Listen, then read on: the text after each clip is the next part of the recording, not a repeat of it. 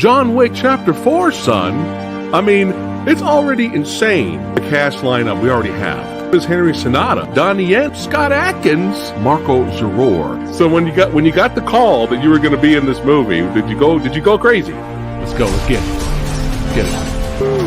Oh, there he is. Go! Holy shit.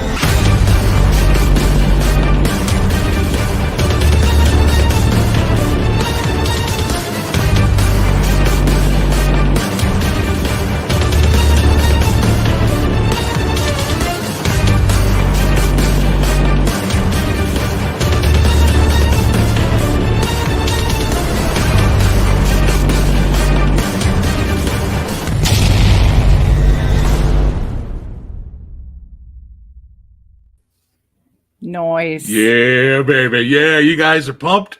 You better be pumped, goddammit. Noise. What is going on? We just gonna put it there. We and we will put the earbuds back on for a little bit later when we have a special ranked video that we're gonna play for you guys. We have some special guests, but don't rank yet. Don't do your ranking. We're gonna wait. Some people have started. It's fine. You could do it. You could redo it later.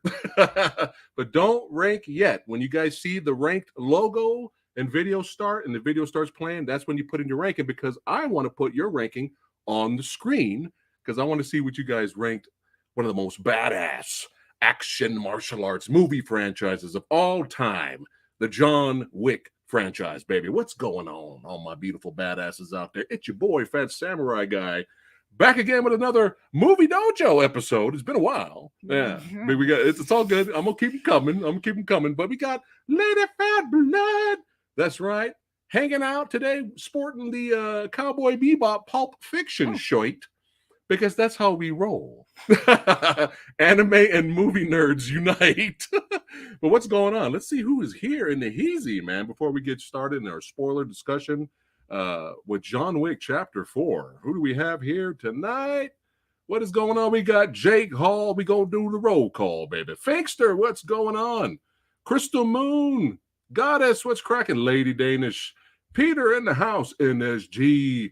Oh yeah, who else we got here? Oh, there he is, Kevin. KL's Entertainment Reviews. That's right. And go Jake Hall again. Who else we got? First Power 100. Yes. I like what he says here. The John Wick universe are comic book movies for adults, and I love all 4 films. That's it. I like that. All right. Who else we got up in here? Bishop Man 2. How do? Who else we got here? Brian Sanchez. We got Jim Bob. What's up, gangsters? Jim Bob. What's going on? He goes, noise shirt. And of course, I'm going to repeat the Finksternator. There he is. What's going on, brother? Yeah. He's dueling our live stream. And the sexy sumo is here. The king is in.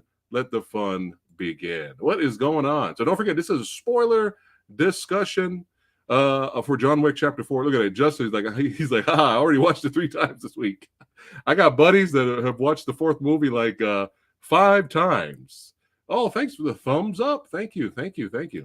More awesome people chiming in. That's right. And now I'm going to say this right now. I'm going to kick it off.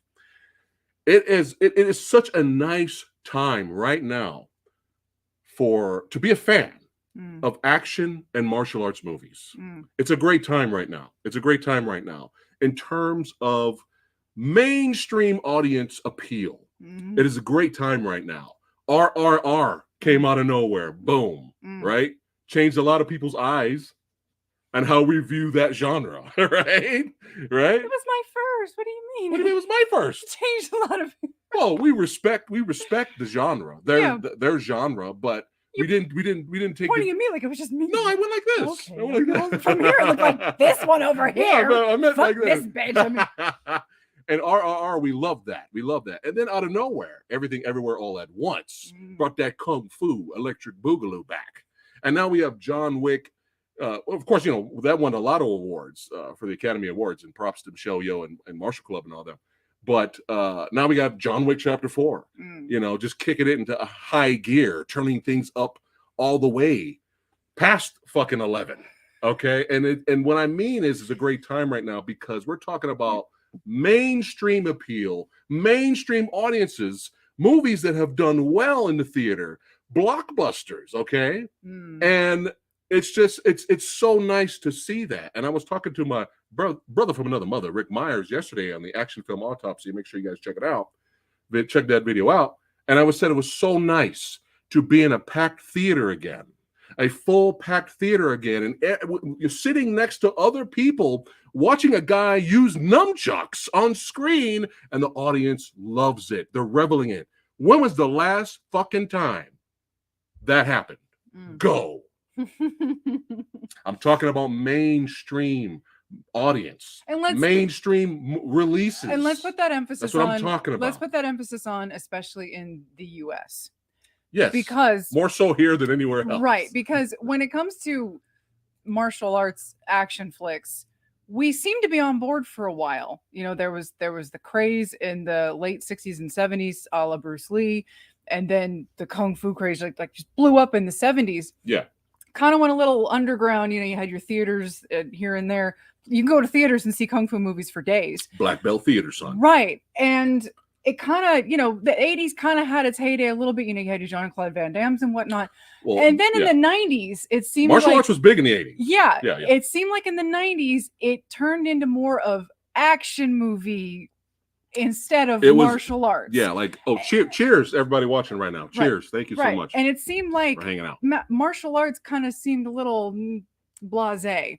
And it seemed to go underground in terms of straight to video territory. Right. And that's where we've been enjoying, if we're not going overseas, in other words, we're not renting movies from overseas, that's where we're having to get our fix. We're having to go to the B movie section and get our movie straight from video to get our martial arts action fix. And in the States is what I'm talking about. Yeah. And it's, I mean, we did it, you know, there were some martial arts movies that did well in the early 90s. But when you get the late 90s, early 2000s. What do we have? Mortal Kombat? Street Fighter, goddammit. Street Fighter. No, I'm just kidding. But, you know, Matrix 1999, that kind of changed things, you know. It put eyes on Hong Kong cinema again. It shined the light. Crouching Tiger, that was another big hit over here. Open the eyes up for casuals who've never experienced the wuxia genre before. Things for the most part, it's always an up and down thing, but it's mostly action, especially the past maybe 10 years. You're going to get your martial arts fix, but it's going to be in an action movie, which is fine. But it's nice to see, you know, love for both genres and a mixture nowadays. It's nice to see that, man. I mean, come on. Even we love the Raid. We love the Raid 2. We were so fortunate to. I mean, I got the Raid 2 poster back here, son. Okay. We were so fortunate to be lucky enough to see both of those movies in theater over here. But let's be honest, there was like, 5-10 people in the theater. Yeah. You know, and those movies deserved a bigger audience. There's a lot of respect for those films now. Everyone loves and praises those movies now. But when they came out in theater over here, we were first in line. We were actually for the other 5 people. It was actually a miracle that it was even in our area. Yes. Movies like that, they just don't. Yeah, they don't resonate well. Right. At least they didn't. Yeah. But yeah, there's some good stuff here and there. You got, you said Bishop Man says Ninja Assassin, and there's definitely some great stuff here and there, especially when you go to the indie scene, the smaller budgeted thing. Oh, what's up, Omni Blast? Good to see you. There's been some great martial arts movies, but I'm talking mainstream appeal, guys. Okay, Ninja Assassin did not make $1 billion in theater. Okay, even though I like Ninja Assassin, I'm talking about mainstream appeal. People need to be reminded, goddammit. They need to be reminded how special the martial arts and the action genre is. They need to be reminded, and that's why we champion the John Wick franchise. That's why we're behind it. Because people, you know, not everyone's a fan of it. To each his own. I've seen some interesting comments on people talking about John Wick Chapter 4, and there's a lot of people, believe it or not, probably less than more, that are disappointed with John Wick Chapter 4. Oh, hold on, we got a super chat here. Mr. King Palma, thank you so much for the super chat, you legend. He goes, for those who grew up in the 80s and 90s watching the John Woo and Charlie and Phat movies, will appreciate the John Wick movies even more for sure. Very well said. Very well said, my friend. Hell, The Killer, Hard Boiled, What's going on? What are you laughing There's at? a certain comment Okay, in the okay. chat that kind of just tickled me. She loves the lipstick. Yeah. Oh, thank you. Let's see. But yeah. Oh, this has been brought up. You are not the first, NSG.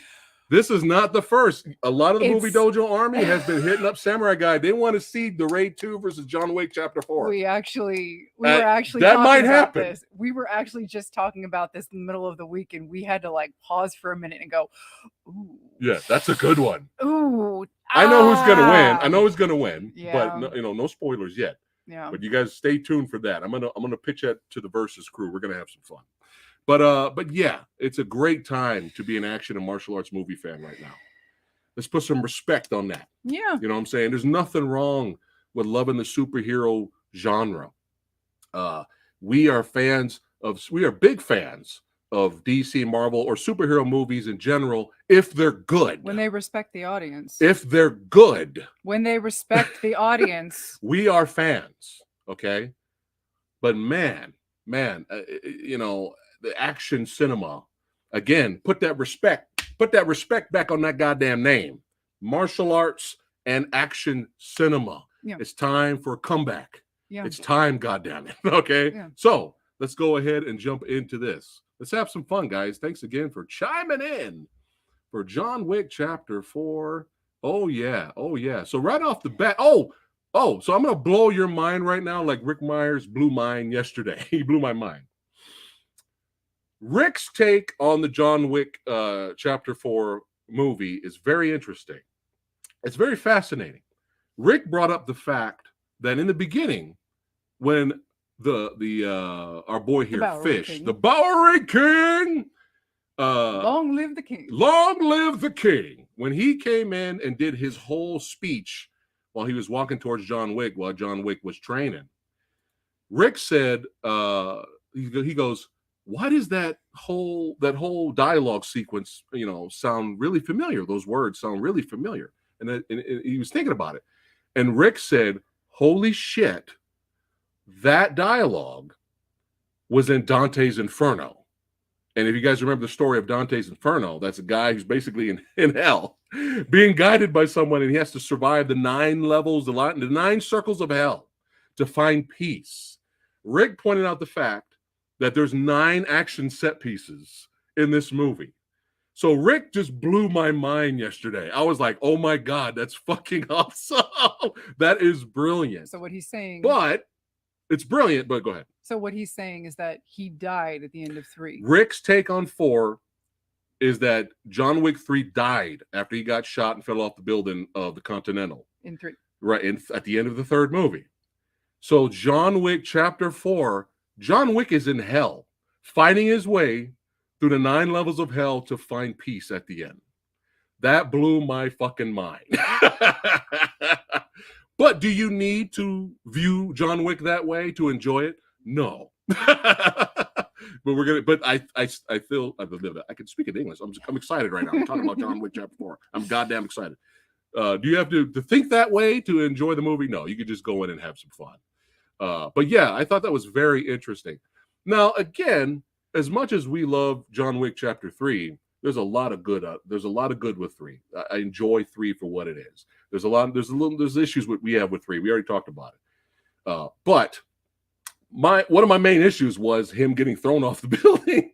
Because up to that point, I was willing to suspend my disbelief. He goes through glass 10 times, he gets hit by a car 8 times, fine. He doesn't reload a lot, fine. I'm having a good time. So who cares, right? But when he got thrown off the building at the end, even I in the theater, as much as I love John Wick 3, even I in the theater was like, okay, we're reaching video game level, like character status now. And that kind of, I was like, ugh, it kind of hurt my experience a little bit with 3. There's a lot of extreme over-the-top stuff happen in this. Oh, yeah, of course. Falling down the steps multiple times, jumping out of the window and falling down 2 floors of the building on the van. He gets hit by multiple vehicles. He gets hit by more cars like 10 times. Gets thrown through a lot of plate glass again. Yeah. There's a lot of extreme stuff happens in this as well. But to me, nothing compares to getting thrown off the top of the goddamn Continental building. Right. As extreme as stuff happens to John in this, nothing still reaches that level of absurdity. But here's the thing. Could you say that his character by the end of 3 when he falls off the building reached video game level status? Could you say that? Yes. Is that a benefit for the movie? Could be. Does that hurt the franchise? It could. But I didn't want that to happen to the character. But here's the thing.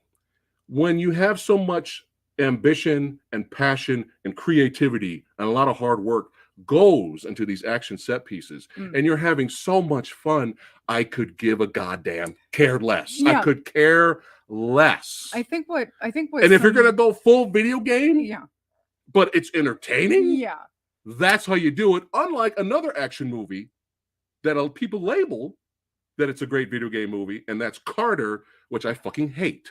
And if you want to know why I hate that movie, check out my in detail review of Carter. Check it out. Carter, you could say, oh, it's great because it's a video game movie. No. Look at John Wick Chapter 4. You could say the same thing about John Wick Chapter 4, but the characters are entertaining. The story is entertaining. You actually give a shit of what's happening. And the action set pieces are like top that. Rest of the action movies by the end of the year, good luck. Yeah. Any other action movies that come out the rest of the year, good luck. That's what these action set pieces were trying to do. Right. They were trying to just if we're going out with a goddamn bang. Yeah. All right. But no slight to those that love Carter. I talked to a lot of people that are my friends that like Carter. I'm sorry, is it Carter? I think it's Carter. What movie are you talking about? I think it's Carter. What's Carter? Hold on. I want to make sure here because I'm passionate right now, guys. What is Carter? I am passionate. Hold on. I may have got the name wrong. Hold on. But yeah, go ahead. Go as you were saying. Well, what I was saying was that the first John Wick was a sleeper hit. Yes. Back in 2000. People forget that. Back in 2014. That movie came out. Yes, it's Carter. I'm right. Okay. Yeah. Okay, go ahead. I haven't seen the movie, so it's I fine. have no idea it's what fine. you're referencing. Okay. Sorry. The first John Wick was a sleeper hit. Not the biggest budget. Yeah, people forget that the first movie was not a huge, gigantic blockbuster. And I'd only seen the movie once. And when we did our John Wickathon the weekend prior to John Wick 4 coming out, I had forgotten Willem Dafoe was in the movie. That's how bad it was. It's like I remember loving the first John Wick. Yeah. I remember adoring that movie, but there was just so many details that I had forgotten. I remembered the bulk of it, but there were just some things that had slipped my mind. Like I forgot how many people were actually in that movie. Yeah. But I when I rewatched it, I was like, wow, this movie, it's just so it's a bit fanciful with its fighting, but it's grounded. Right. There's a lot of grounded fight choreography and gunplay in that first movie. And what does the second movie does? It comes along. It takes the grounded bits that John Wick had, expanded on it slightly, but it expanded the world. Right. Okay. Right. But it still had that grounded feeling to it in a lot of aspects. Yes. What did 3 do? 3 took everything that 2 had and fucking ran to the moon with it. Yeah. That's how I see it. And brought in more martial arts type fight choreography too. 3 was the one that really was like, okay, we're going to start having, we got Mark Dacascos, we got some people from Indonesia, we got some Yayan, CSEP. Yeah, we got some, we got that crazy knife fight at the beginning, which was very Jackie Chan-esque. Right. But it was awesome. We have a little more toys in the sandbox, and we're going to start playing a little bit, having some more fun. Yeah. All the things that we loved growing up watching, we're going to start bringing more of that in. Like we want more. This movie, it went into another universe.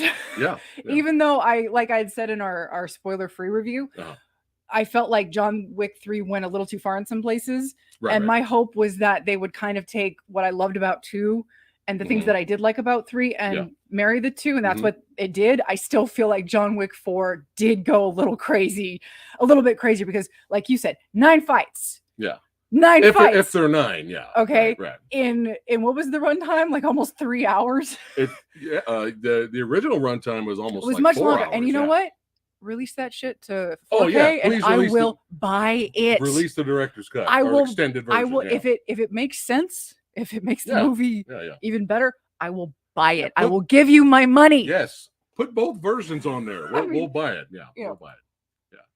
Yeah. But but yeah, no, it is very well said. So do you want to get into the movie? Yeah, let's talk about the movie. So right in the beginning, we have I always wanted to see the Bowery King have an action scene. Well, but Fishburne is so good in this. He's so good. But he meets up with John. He got to give him them suits now. This is the first movie that actually feels like it has a little bit of time passage. Yes, because 2 took place right after 1, 3 right after 2. This one, John had a little tumble at the end of 3, right. And he's been underground with the Bowery King and his people for a bit, and it's inferred. None of this is just outright said. You get a lot of inferences throughout this movie, and you see John training and hitting the great sound design in this movie. Holy shit! And so good. And the king comes in with his speech, and he's bringing him a new suit and all that. And we probably shouldn't, but you could create a drinking game to how many times Keanu Reeves says, "Yeah, yeah." Do a drinking game for sure. But yeah, he's off to the races. There's tons of homages in this film that even we probably missed. I'm sure you guys have probably picked it up as well, but Rick Myers pointed out that before this action sequence here, we had a Lawrence of Arabia homage leading up to this action sequence. So talk about what's going on right here. So if you remember in 3, John, for all the nonsense that happened in 2, he was basically on the table's shit list because he conducted business on the grounds of the Continental. Yeah. He killed he killed a head of the family, and he's now excommunicado. So by 3, all the shitstorm that's going on, he goes to the one who sits above the high table. Right. And he basically goes, the elder. Yeah, the elder. And he basically goes like, I want to live to remember my wife, to preserve her memory. Yeah. And in order to do that, he has to re-swear his fealty to the table. So he cuts off his wedding ring. I mean, he cuts off his finger, gives the wedding ring to the elder, and basically he's now back in service to the table. Right. But as you know, by the end of 3, that kind of goes tits up anyway, so it doesn't really matter. Right. And so by 4, he's like, well, fuck it. If I'm fucked anyway, I'm going to go back to the elder, say, give me my goddamn ring back, and I want my freedom. Yeah. We have a new elder now. Yeah. And he goes, well, bro, I'm sorry, but your ring is gone. That elder's gone. Killing me ain't going to mean shit. So you've come all this way for nothing. Yeah. And John's like, not really. Blows the elder away. Boom. And of course, as one would expect, a new shitstorm develops from these happenings. Yeah. And the table is pissed. Yeah. And so they unleash this foppish new villain. Yes. In the form of the Marquis de Gramont, who goes immediately to New York, rounds up Winston and Chiron, and is like, okay, Winston, you're excommunicado. The Continental is that's it. It's gone. The table hates New York, hates your shenanigans. Yeah. You were taking your hotel. They're blaming him for John Wick. They basically crazy. Like, you helped him, and Winston's like, I shot him, and he's like, yeah, well, he's still alive. Yeah. And of course, Chiron steps in and is like, yeah, but we're a reminder that that no one's above the law. As soon as he started talking, I was like, he's dead. Yeah. I was like, God damn it, Chiron. An absolute unforeseeable. Yeah. An unforeseeable, horrible, just tragic twist of fate. Yes. After the building is the Continental is destroyed. Right. The Marquis goes to Winston. He's like, well, you're excommunicado, so you no longer need a concierge. And he points the gun at Winston, but then he goes up. Boom. And he kills Chiron. Yeah. And I'm kind of sitting there in the theater going, wow, that's fucking eerie, because as you know, unfortunately. Yeah, unfortunately. Right before John Rest Wick. in power. Rest in right power. Before this movie comes out. Yeah. We lost another great one. Yeah. Because of course we fucking did. Yeah. Because why not? Yeah. Because that's what the world needs right now, right? Yeah. Rest in power. So so Winston has this really just tragic, scene, the sad scene where he's like holding his hand, like, and he looks up and he's just like, okay, well, He said, what did he say? It was a pleasure serving you, my Right. friend. Right. I love how he didn't really call him boss or sir, like while he died. Yeah. He said friend. Yeah. And I love how he did and that. and you know, and Winston's face, he's just like, God damn it. Yeah. Like, you motherfucker. Yeah. But there was a reason why he didn't shoot Winston. Right. And he later shot Chiron. and basically because he has the conversation with the king later, and he's like, yeah, why not just shoot you? And he's like, well, if you shoot me, I become a martyr. Yeah. But if you don't shoot me, you leave me alive, I'm either a coward or a turncoat. Right. Yeah. And there was this good dialogue where he's like, well, so what are you? Yeah. And Winston goes, Fishburne's so good in this. They're both so. What did he say after he destroyed his hotel and he met up with us homeless people got to stick together. us homeless people got to stick together now. Yeah. But Winston's like, he's about. So the king asks him like, so what are you? And he goes, I'm aggrieved. Yeah. And you get the feeling. You can either infer it or maybe you just making it up. You get the feeling it's not just because he lost his hotel. You know, his friend was murdered. You know, and there's some really good scenes nodding to Chiron later that he wasn't just a nuke the fridge moment or a what is it, fridging somebody moment. That's what it's called, not nuke the fridge. Yeah. It's fridging somebody, if I'm not mistaken, where you just kill a character just to fuck with the main character in a comic book. I think that's what it's called. You fridge somebody. Okay. Some people have had a problem with this. I read an article where somebody thought that Lance Reddick was done dirty in this movie. His character was done dirty, where he just got killed at the beginning and then he was just basically forgotten about. And I'm like, it's like, dude, did you watch the rest of the movie? I know the movie was long. Did you watch the rest of the movie? But did you miss the scene where they met up by the gravesite and Winston's clearly lighting a candle for his friend and he's clearly in mourning? Did you miss the really nice boat scene? Yeah. Where they were later, where all three of them are having a conversation and he's like, you know, when I was making the headstone for Chiron, I really didn't know what to say because friend, that just doesn't seem to sum up a whole man's life. It's like, did you miss all of that? And it was brought up by Henry Sonata's character to let Wick know, and you had that scene there. Koji. And we had that scene there. So that was like 4 or 5 times his character was mentioned, and there was respect paid to him. Yeah. But I'm like, this other like big leaguer reviewer guy, you know, to each his own. If you didn't like the movie, fine. But he was just like, oh, they shit all over his character and they just forgot about him for the rest of the movie. 0 stars. And I'm like, did you watch the rest of the movie? Yeah, I know. I think some people. Did you just turn it off because you were angry? Being angry that his character died is different than completely shitting on the entire movie and not watching the rest of it. Yeah. Because clearly there were like 4 or 5 times the movie stopped and paid respect. Yeah. To Chiron's character. You know, some people, I think they see one thing and they just forget about everything else. And I think I know the Chiron character, he was kind of like that side backbone to the Continental in 1 and 2. You always knew he was a presence, let me put it that way. Oh yeah. And then by 3, he kind of like took over half of the end of the movie with John Wick during the shootout. They gave him a little bit more to do in 3. When they were defending the Continental. Which was cool. Yeah. So I know that the character became a lot more important and a lot of people really, you know, a lot of people But there was a reason behind it, which worked for the rest of the story. Yes. So it wasn't just done for shock value. Yeah. It was kind of like, that was kind of the whole point of murdering the character. So it's kind of like, I guess if you want to just complain about something to complain, that's why you've got an internet platform and we've got a YouTube channel. So. But I'm just saying it would make more sense if you're just mad the character got killed because you love the character. Yeah. That's more respectable than the movie just shit on him for the rest of the film. I'm like, dude, you didn't watch the rest of the movie. Right. So anyway. So basically you find out that the Marquis has all of the table's resources at his disposal to take down John Wick. Like they've given him everything with the sole intent to take down John Wick. And so they go off and they locate he's retired, but he's not out of the grips of seems like their influence. In his head he is, but it's like to them you're like you're never done. I guess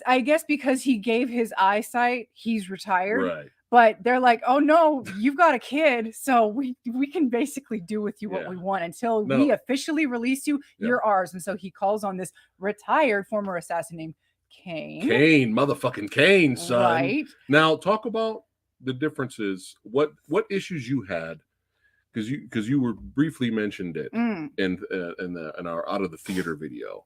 Okay. Why they did what they did with the characters in 3, they did a lot better in this one. Okay, so certain characters. One of the issues that I had said, some of the issues that I had said that I had in 3 that I had brought up in our spoiler-free review was that the agitator, who I also call the aggravator or the agitator, the irritator, that too, all of the above.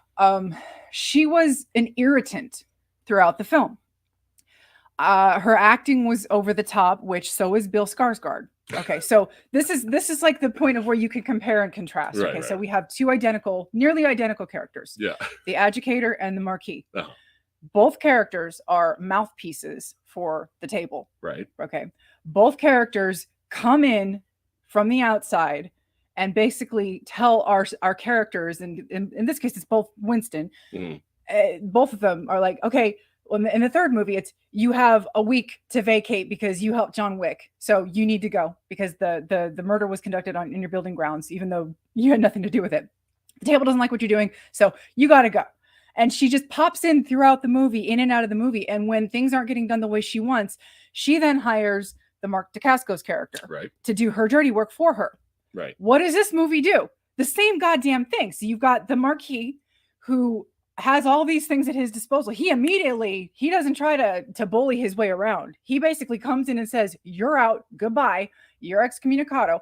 He immediately hires Kane, sends him after Wick, and they're essentially the same characters. Mm-hmm. But what they do differently in both movies is what I didn't like about the agitator in 3 was that she would just pop in and out. She was an irritant. She was just this source of aggravation that you could never get rid of. She wasn't quite a villain, but she wasn't really a good guy. She was clearly trying to displace people throughout the film because she was this mouthpiece for the high table. Right. But because she wasn't quite a villain, even though she hired the villain to get things done, she never got her comeuppance by the end of the movie, which was terrible. And I hated that because I wanted her to die. She needed to die. It's like, maybe it wasn't the actress's fault. I don't care. I do not care. Yeah. Her acting was garbage. It was over the top. It was so irritating that because she didn't get her comeuppance by the end, I hated her character. Right. So what do you have in this 4th movie? Same type of character. Mm-hmm. Over the top, pompous, asshole, shoots the friend, kills him, kicks Winston out of the business, okay? Yeah. Displaces everybody, hires the assassin to kill John Wick, okay? Stabs the traveler's hand. Nobody? He's called the Traveler in IMDb. Oh, okay. They should just call him Mr. Nobody. Yeah, he's Mr. Nobody. That's what he calls himself. Nobody. Anyway, go ahead. He's a tracker. He's not a traveler. He's a I'm tracker. sorry, is it Traveler or Tracker? Well, anyway, so he's the same essentially. Tracker, I'm sorry. He's essentially the same character. Right. Over the top, just ridiculous characterization of this person, the way he wearing ridiculous rich outfits. Yeah. But what they did on his character was he was the clear villain. And whereas as much as I love Dacascos as the villain, because I felt like Dacascos was having a blast playing his character in 3. Oh, yeah. What they did was they twisted it around, and the Marquis was clearly the villain in this movie. And Kane was the reluctant person that they brought in. And so you had this form of kind of contention where, okay, you've got the clear villain that you want to die. You want him to die. Right. But Kane, you kind of feel sympathy for, even though he does something later on where you're like, if you end up getting killed later on, you kind of had it coming. Y'all had decisions you had to make. Right. And, if it doesn't come for you now, it's going to come for you later. And the person that kills you, she's kind of in the right to do so. So that was one of the things that I felt like John Wick got wrong. 3 got wrong. And this movie did completely 100% right. Right. Even though they're the same fucking character. Because he did get his. And because he was the actual villain. Yeah. Now, if the audience cheered, I know we're jumping the gun here. We are jumping the gun. But the audience cheered when Skarsgård got shot in the head. The audience cheered, and we were like, yeah, man, satisfaction. Right. Getting our money's worth, man. That's what it's all about. And I guess we can talk about Kane and Koji. But I thought Skarsgård did a great job. No, the educator was so irritating. But him, I wanted to bitch slap him the whole movie. No, that was the thing. I wanted to bitch slap the educator for different reasons. But I felt like it was because her acting was bad. For some reason, Skarsgård, he told the line and he did it well. I don't know. There's just something was off I with thought her. he was good. I thought he did a good job. I And thought, my boy on the left, son. Yeah. Marco Zaror's son. He had a great, the legend. He had a great run in the movie. Oh yeah. And, but I think we can go in and talk about Kane and Koji, and that was the second parallel that I saw in 3 that I thought 3 did not do well, and that I thought 4 did very well. Right. Where you had the Halle Berry character. Oh yes, that's the other one. In John Wick 3 that I hated. You're going to think, oh my God, this bitch hates women. No, I don't like women that just aren't written very well. And I thought this, first of all, I thought in theory, the character could have worked, but Halle Berry was not the person player. Now I know Halle Berry worked very hard to do the stunts. That was not the problem. She was great in the action. Her physicality was not the problem. Right. It was her acting. It was her performance. The minute her and John Wick share the screen, she has this petulant attitude and vocalization of her character that just rubbed me the wrong way. Like every time she talked, she just like, you came back into my life, John Wick. And I told you don't ever do it because this is my Continental. And I fucking hated it. It's bitch, he just kept, and it's like, he's got a marker on you. Just fucking deal with it. Just deal with it. He's got your marker. You got to deal with it. Right. I didn't like her performance. I actually wanted to know more with her character, and I think that was the problem. But, maybe they cut some stuff out, but obviously these two characters, they had this past that they described briefly in conversation where she had a daughter. These assassins, y'all fucking assassins need to stop having kids. It's fucking you up. What the hell? Koji, fucking Kane, fucking Halle Berry, y'all have kids and all got you fucked up, didn't you? Stop it. Anyway, John Wick, you were the smartest motherfucker that ever went. You ever worked at the table. You never had any kids. Good job. Anyway, so she had a kid, and what he did was he got. That's why you guys are here, man. He got her daughter away from her, but not only did he get her away from her, he got her away from the life, and she doesn't even know where her daughter is. Like, she has no idea. So and he's like, do you want to know? And she's like, no, because I might go find her. And she died. That's it. So what I didn't like about that was that something just, as soon as they got together, they didn't mesh well. I didn't like her characterization. I didn't like the way she acted. And it just didn't work the way it could have worked with a better performance and maybe a little bit more. I don't know. Maybe the writing was off. Right. I don't know. But what they had again in 4, same type of character. You had Koji and you had Kane, an inferred past that we know absolutely very little, if nothing about, all explained in brief conversations, talking about how, once you understood what brotherhood was and you didn't need a marker to help out friends and all that. It just was done so much better. There was just something about the writing and of course the acting, because Donnie Yen and Hideyuki Sanada, Jesus.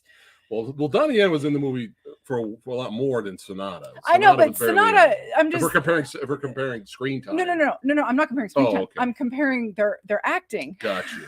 For non-native English speakers, and they've been speaking English for a long time because they've been in the business for a long time. Sonata's done Broadway. That's what I'm saying. They're only getting better. Sonata's with age. Been on the stage. These guys are only getting better with age.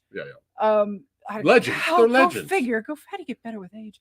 But they're like, how do non-native English speakers convey emotions and the English language better than Halle Berry? But anyway, we're gonna get. So maybe I can chalk it up to the writing. Maybe I can cut her a break and just chalk it up to the writing. Could have been a little bit better. Her character was rushed, but essentially it's the same type of character where they were former friends. But in this case, you've got the Koji character who's trying to protect John, who goes to the Osaka Continental and basically puts all of their lives in danger. And then you got Kane, who basically knows he's got very few friends left and very few friends very few friends would actually help him anymore.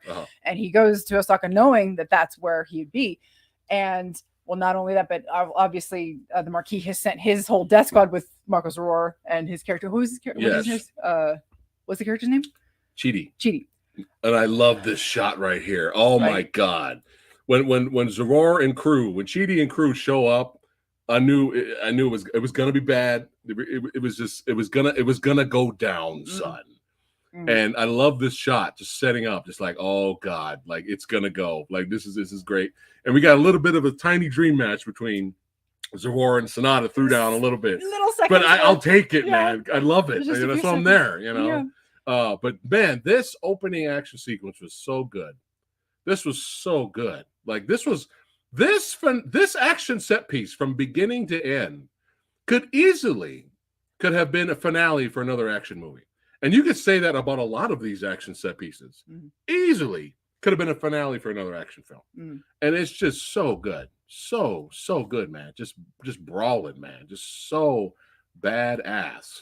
And the daughter did well too. Okay, so she was solid. So in Osaka, this whole Osaka sequence from beginning to end is where we're introduced to, and this is something I couldn't talk about in the spoiler talk. Akira. This is where we're introduced to the two characters that I was initially worried about that ended up proving me wrong, and I always love being proved wrong. Yes. We were introduced to Akira, who is Koji's daughter, and she's the concierge at this Continental, and we are later on, after John Wick escapes the Continental, we are introduced to the character Tracker, or Mr. Nobody. Right. Now.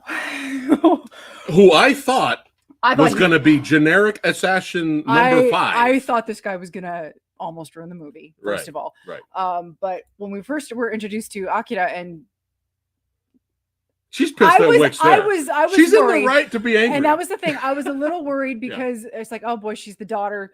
Oh boy, she's going to be pissed that John Wick's there. Oh boy, John Wick's going to get her dad killed. And of course, all those things happen. And then of course, when the Osaka Continental comes under attack and she does that dramatic disrobe and she's in fighting gear, I'm like, oh God, please don't suck, because one bad non-fighter could ruin a beautifully choreographed sequence. Right. And thank God this performer, she cut it. She did fine. Good. She did absolutely fine. Very good. And props to her, man. Yeah, I guess she's like a pop. I don't know if she's a pop singer, but she's a musical. Okay. She's like musically involved in things. An artist. Right. And I guess she was hired because she knows how to dance and do like choreography and maybe fight dancers.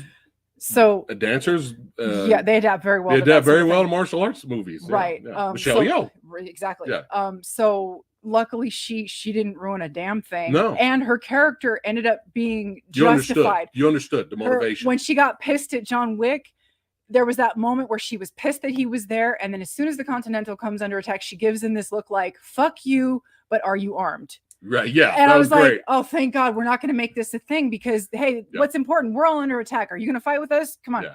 And they all start to fight. And, but the second character. Yes, Justin. Yes. That was great. Yes. You just kept stabbing him up the steps. Yes. I was like, all right. Yes. All right. So the second character that I was very, very worried about was the Tracker. Yeah. Mr. Nobody. Mr. Nobody, who is tracking John Wick for the sake of the bounty on his head. Right.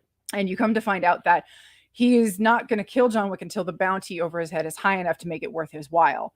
And he keeps popping in and out of the movie. When I saw him with the dog, I was like, oh no, are they going to like make him connected to Halle Berry's character somehow? Because the dog looks similar to Halle Berry's characters, or dogs to her character. And I'm like, why are we doing the dog with a character again? I'm like, well, John Wick is a dog friendly franchise. So I'm like, okay, well, let's see where this goes. And he kept popping in and out of the movie. I am happy to say by the end of the movie, he also proved me completely wrong. And they had a really nice bookend with him and his dog and John Wick. Yes. Which we can get to that later. Yeah. But, if you want to stay in Osaka. We're in Osaka right now. So the shit has hit the fan. Let's go. Let's fucking go. This is why you guys are here. So this is why you pay your hard-earned money. You go up there, you get the ticket. Right. Okay. You go and you sit down. The good sound and theater. You sit there. Right. You want to see the spectacle. Right. The standoff. Okay. Let's fucking go, Kane son. And Koji are like, Koji's like, look, there was a time where you thought, you knew about honor and friendship and all that. Yeah. And Koji and Kane's like, well, it is what it is. And Kane was trying to he's look, trying to just dissuade him. Give up Wick. Right. Just give John up, for fuck's sake. Chidi steps in and is like, bruh, your hotel is deconsecrated. You're fucked. So basically, this point, Koji knows you put a Conan the Destroyer. Enough talk. So at this point, Koji knows that that's it. Once your hotel is deconsecrated, you're screwed. Yeah. So let's go. Let's fucking go. I like how when he does the little when he goes to his men Yeah. And what did he say to his men? Oh, he says we're expecting guests. Get ready. Oh. they all have that last drink of sake. Oh, and then they all open up their cabinets and it's full of Oh my God. But toys. dude, let's fucking go. Koji's daughter throws down, Wick slicing throats, gun battles. We have an amazing nunchaku sequence, so well done, especially from Keanu, who's obviously not a nunchaku master. You know what But he trained his ass off. We watched some behind the scenes footage of him training. And man, I loved how he kept that thing with him. Because I thought from the trailer he was going blah, blah, blah, blah, blah, blah, and that was it. No, he kept it with him. Did you feel like throughout the action sequence? When he first got the nunchucks, did you feel like when he first started using them, he was really awkward and clumsy with them? But then the more he used them, he got a little more confident, like John Wick the character. John Wick the character. Oh, okay. I felt like no, I felt like John Wick the character. It was like he was like, oh shit, how do I use these? But the more because this film is all about adapting to what you've got. So you've got different types of guards and men in this fight sequence. You've got the heavily armed guards with the face and the chest plates and all that. And then you've got the tactical suit guys that have the John Wick suits where they're kind of not necessarily impervious to bullets, but they're kind of impervious to bullets. And so you've got to dismantle them in different types of ways where your handguns aren't really going to kill the guys with the full-blown suits, but the assault rifles will. But in the meantime, how are you going to, get to the close range and this and that? So he's got the nunchucks, and at first he seems like he doesn't really know what he's doing with them, but the more he uses them, it's kind of like it felt like he was better. He uses them out of desperation, and then when he kept them, he's like, all right, I'm gonna use it as a secondary weapon. It almost felt like the more John Wick the character was getting used to them, the better he became at disarming and using the weapons. It's so good. I don't know if that was just me noticing that. It works either way. It works. It just seemed like. But talk about your favorite part was the very end of it. That's your favorite part, the very end, where he basically is just like he just gives one big swipe like that and it falls down because he's like tired. It's awesome. Yeah, he just that last dude, and then he's just like, it's awesome, man. It's so good. And then you got fucking Kane showing up. It's like every time Kane showed up, it was just like, oh shit. Like even before that, we forgot to talk about the action sequences leading up to this. When Kane's just there eating soup. Oh, yeah. Which was hilarious. And then Chidi's like, hey, man, you go do your goddamn job. Like, you come out. And he's like, all right. He comes out there. He puts the sensors on the sides. Yeah, they make noise. He can hear people walk by so he can fuck them up. Right. He did the Ip Man punch his son. He did the Donnie Yen roll-up, the roll-up punch, uppercut, the Donnie Yen classic. Right. He did that. I mean, there was so much fan service. We were just having a blast. And Sonana was cutting dudes down. I mean, come on, and using guns too. Come on. He was using both. This is the first action set piece. You get the fuck out of here, man. Get out of here. The rest of the movie fucking sucks. Get the fuck out of here. Action movies are not for you, reviewer. Well, what? Some people think the fight sequences are too long. Okay. Again, to each his own. That's fine. But this is the finale. Yeah. For the most part, as of right now. This is the finale. You go big, you go back to the crib.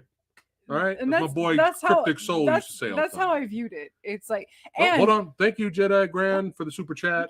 My action film people, what's up? What is up, Jedi Grand? And that was the thing that I didn't know, because one of the things that we try to do now going into movies that we are very, very excited for, we try to avoid everything. We'll watch 1 to 2 trailers. We might watch a teaser, and then we might watch the first trailer, and then that's it. We don't watch any behind the scenes, anything. We don't watch any making of. We don't read any articles of production. Yeah, apparently, unless it's like the Justice League debacle, where we were excited, and then we were like, we heard, you couldn't help but hear about the Justice League debacle, when Snyder got booted off the production. About when Whedon took over. Yes. Yeah. You couldn't help but know what was going on with that. And so with John Wick, we were under the impression that the last installment was going to be 2 films. Right. We had no idea that the 4th movie was, for now, going to be the finale. Right. We didn't know that they decided to instead of making it a 2-parter, they were going to do the back-to-back thing Right. and do 4 and then do 5. Mhm. And this was, I guess, going to be released a lot earlier, but the COVID thing happened, the coup and all that. And then they just decided to just say, no, you know what, screw this, and just concentrate it all into one big last hurrah. And as we know now, we didn't find all this out until after the fact. Right. And so, come to find out, this movie was a lot longer, its original cut. Yeah. And when they were finally able to whittle it down to just under 3 hours. And if you're gonna make this, if you made the decision as a filmmaker to kind of, for now, make this the finale, you're gonna make it big. You're gonna make the action sequences long and elaborate, and you're gonna make them girthy. Shout out to my boy Finkster, who considers this movie the Avengers Endgame of this franchise. Yeah, you got to go big or go big or go back to the crib. Yeah. All right, that's it. So I don't have any issues with the length of the action sequence, man. Yeah, this is it. So let's go. So we're leading up to this, and every time Kane comes in, they did so well with his fighting style. I know Donnie Yen had his influence on the fight choreography for Kane as well. He didn't just do the normal blind swordsman Zatoichi style. They actually threw in like a little bit of European style, a little bit of it's almost like Donnie Yen's wuxia background mixed with fencing, that kind of style. And it was so nice, so refreshing, and so badass, and just so good. And then after this, we have this. Are you getting your money's worth? Are you getting your money's worth up to this point? We're not even midway in the movie yet. And we have a dream match between two of the greats. And yes, of course, we would want a longer duel. But I thought it was perfect. Sonata's character was injured. Koji was injured. It was perfect. And it was so good. Swordplay was just perfection here. Two masters, two greats. I mean, it's rare, especially over here in the goddamn States, to get dream matches like this. Are you fucking out of your mind? Mm-hmm. I mean, we're going crazy right here. Right. And again, going back to the differences between comparisons to some of the characters not written that well in 3 compared to Koji's character. They did such a good job. You know why they did such a good job? This is why I can tell you they did such a good job. Is because when he died, every little stab Kane's character did to Koji, every little stab, the entire audience reacted. Do you think they would have reacted if they didn't give a shit about the character? They would have just sat there. I'm like, oh, Japanese guy got stabbed. Okay. But the character, when he died, the audience was like, oh shit. Every time he got stabbed. This is just high quality stuff. And again, we're not even midway to this movie. We're not even midway. So now, so this is what made me, the tracker was starting to grow on me a little bit here, because right around this time, the bounty for John Wick's character went up to 20 million, and right when that happened, I thought I was thinking in my head in the theater, I'm like, dude, this guy's causing all this trouble. He killed an elder. He's killing thousands of dudes. He's causing all this problems. Just 20 million? Are you fucking kidding me? The fucking tables looks like they're fucking zillionaires, right? And right when I was thinking that, the tracker's like, no, I'm gonna wait. You need to stay alive. Live longer for me, because I want your bounty to go up. I was like, all right. I was like, that makes sense. Because I'm like, dude, it should be like $1 billion bounty on John Wick. 20 million? Yeah. The fuck is that? So that's how much Keanu Reeves probably got paid to do this movie. But yeah, it made sense why he kind of held back on him. Right. But I was definitely getting a Lone Wolf McQuade vibe from the tracker, especially with that rifle he had. I loved his rifle. I loved that Western style pistol and the holster he had. Good shit.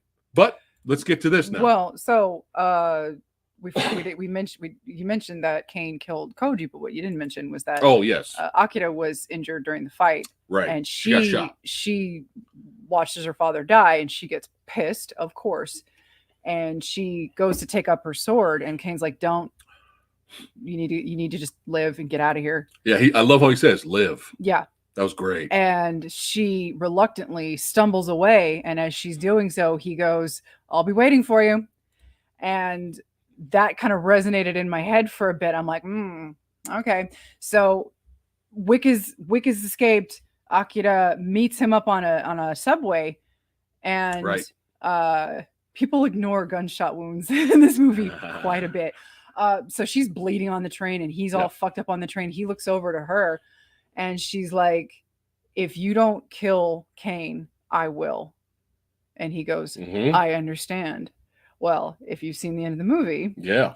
And so by the end of the movie, I was like, oh. Let's go. And so when we stayed for the end credit sequence, I was like, oh. But brilliant. Anyway. Brilliant. So that was a nice little scene. And again, Akira's character 100% justified in everything. Yes. And and that was the thing that this movie excelled in, was everybody's actions. It's like, yeah, she's right for hating John because he brought all that shit to the Continental. And yeah, she's right for hating Kane because he killed her father, even though did Koji really have to go after Kane? Kane basically let Koji go and say, go help your daughter. And he's like, no, I'm still going to come after you. It's like, Koji, you're almost fucking dead. Not a good decision. Koji made a bad decision. He's letting you go. Just go. But no, the pride and the you could have lived him. But anyway. Yeah. Hold on one second. Oh. Thanks again, Jedi, for the super chat. He said he got his money's worth and much more. Awesome. Right. Awesome. But yeah. Right. So there, even though it was kind of Koji's fault, he didn't have to, but he did. But anyway. So, now answer this question, guys. Maybe you guys might give me your opinion. When they show Kane before the duel, Kane's there chilling. I got a picture of that later. You'll see why I picked that photo. But there's dead dudes around him. They're bleeding. Like Cheaty's guys. Did Kane kill them or did John Wick kill them? Did John kill them on the way out? Maybe. Did John kill them on the way out? Or did Kane kill them because he's trying to make a way for them to escape? I was curious about that because the way it was filmed, he's there chilling right there by the body, and the body's bleeding, and there's several bodies in there. I don't know. I mean, I'm assuming Wick did it, but I don't know. Yeah, did Kane kill those guys? You never know. But let me know what you guys think about that. But yeah, let's get back to the plot here. Wick goes back to New York and meets up with Winston because Winston wanted to get an audience with him anyway. I had a picture of that, but it's gone. And keep going. And King even told Winston, like, why would he want to see you? Last time he saw you, you shot him. You shot him. He fell off the building because of you. And he's like, and Winston's like, John needs to know what's coming. Basically, the table, marquee and all that.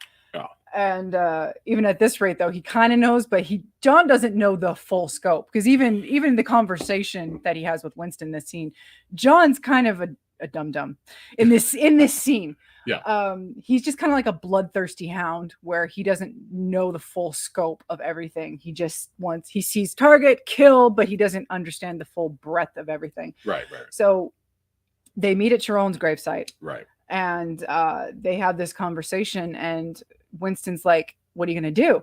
And he's like, I'm going to kill him. And he's like, they'll replace him before the body's cold, dude. It's like Hercules with Hydra. Yeah. You've got to beat him in his own game. Right. You got to challenge him to the duel. It's the high table rules. It's the ancient rules, but hey, they're on the books. Right. All you got to do is challenge the him to a duel. old ways. Right. Yeah. You can challenge him to a duel. Yeah. And he's like, but I'm not, if you're part of a family, you can challenge me to a duel. I'm not part of a family anymore. I tore my ticket.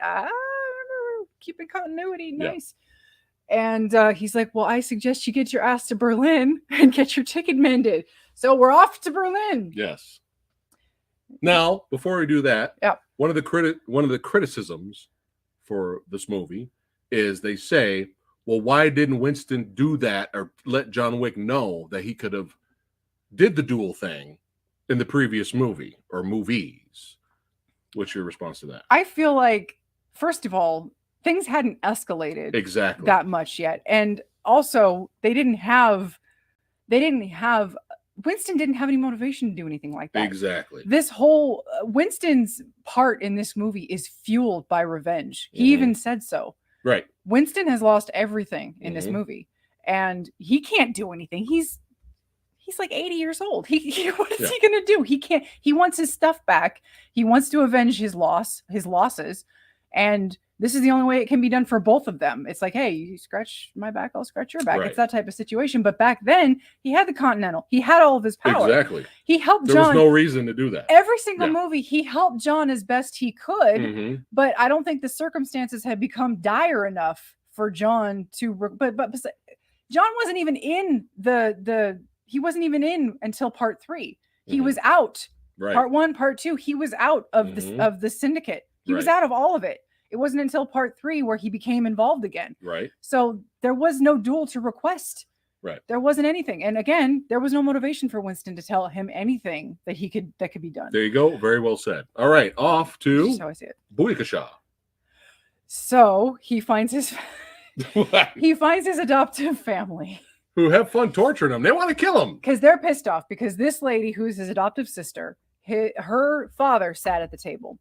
And once John Wick's shenanigans went round, the Marquis had her father killed. And by Killa. Right. And so she's like, and John tells her, hey, I can challenge him to a duel, but I gotta get back in with you guys. You gotta give me the crest. You gotta give me the ticket. You gotta do all this shit.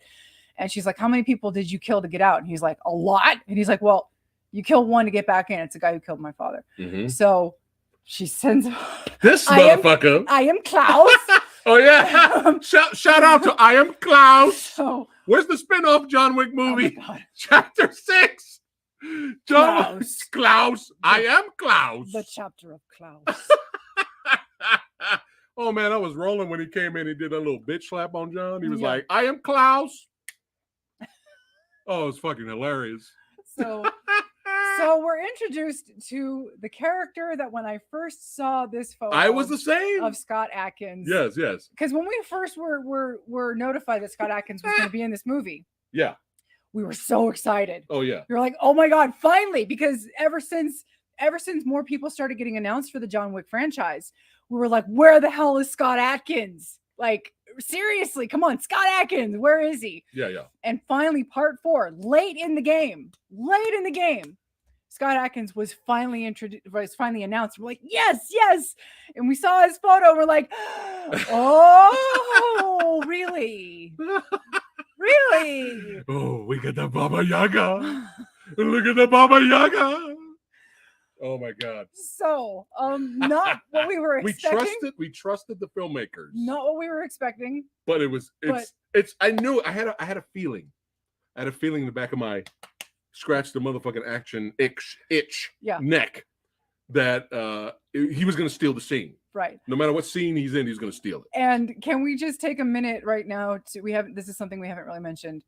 The soundtrack in all of these films has been so well. Oh my God, the soundtracks. My God. And we have seen this movie twice now. We wanted to see it a second time to be able to just process the second time around. You know, the first time I didn't know.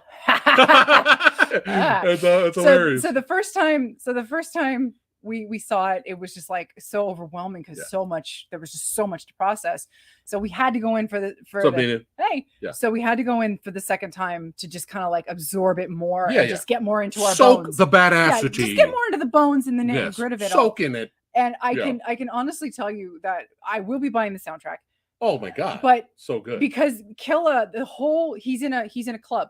He owns a club. Yes. And his whole fight sequence that happens takes place in his club. Yes. And so there's this techno music that you hear in the background throughout all of his scene. You hear it first from afar and it's kind of like muffled. But by the time the fight scene actually gets revved up and it really gets into high gear, there are stages of the fight throughout.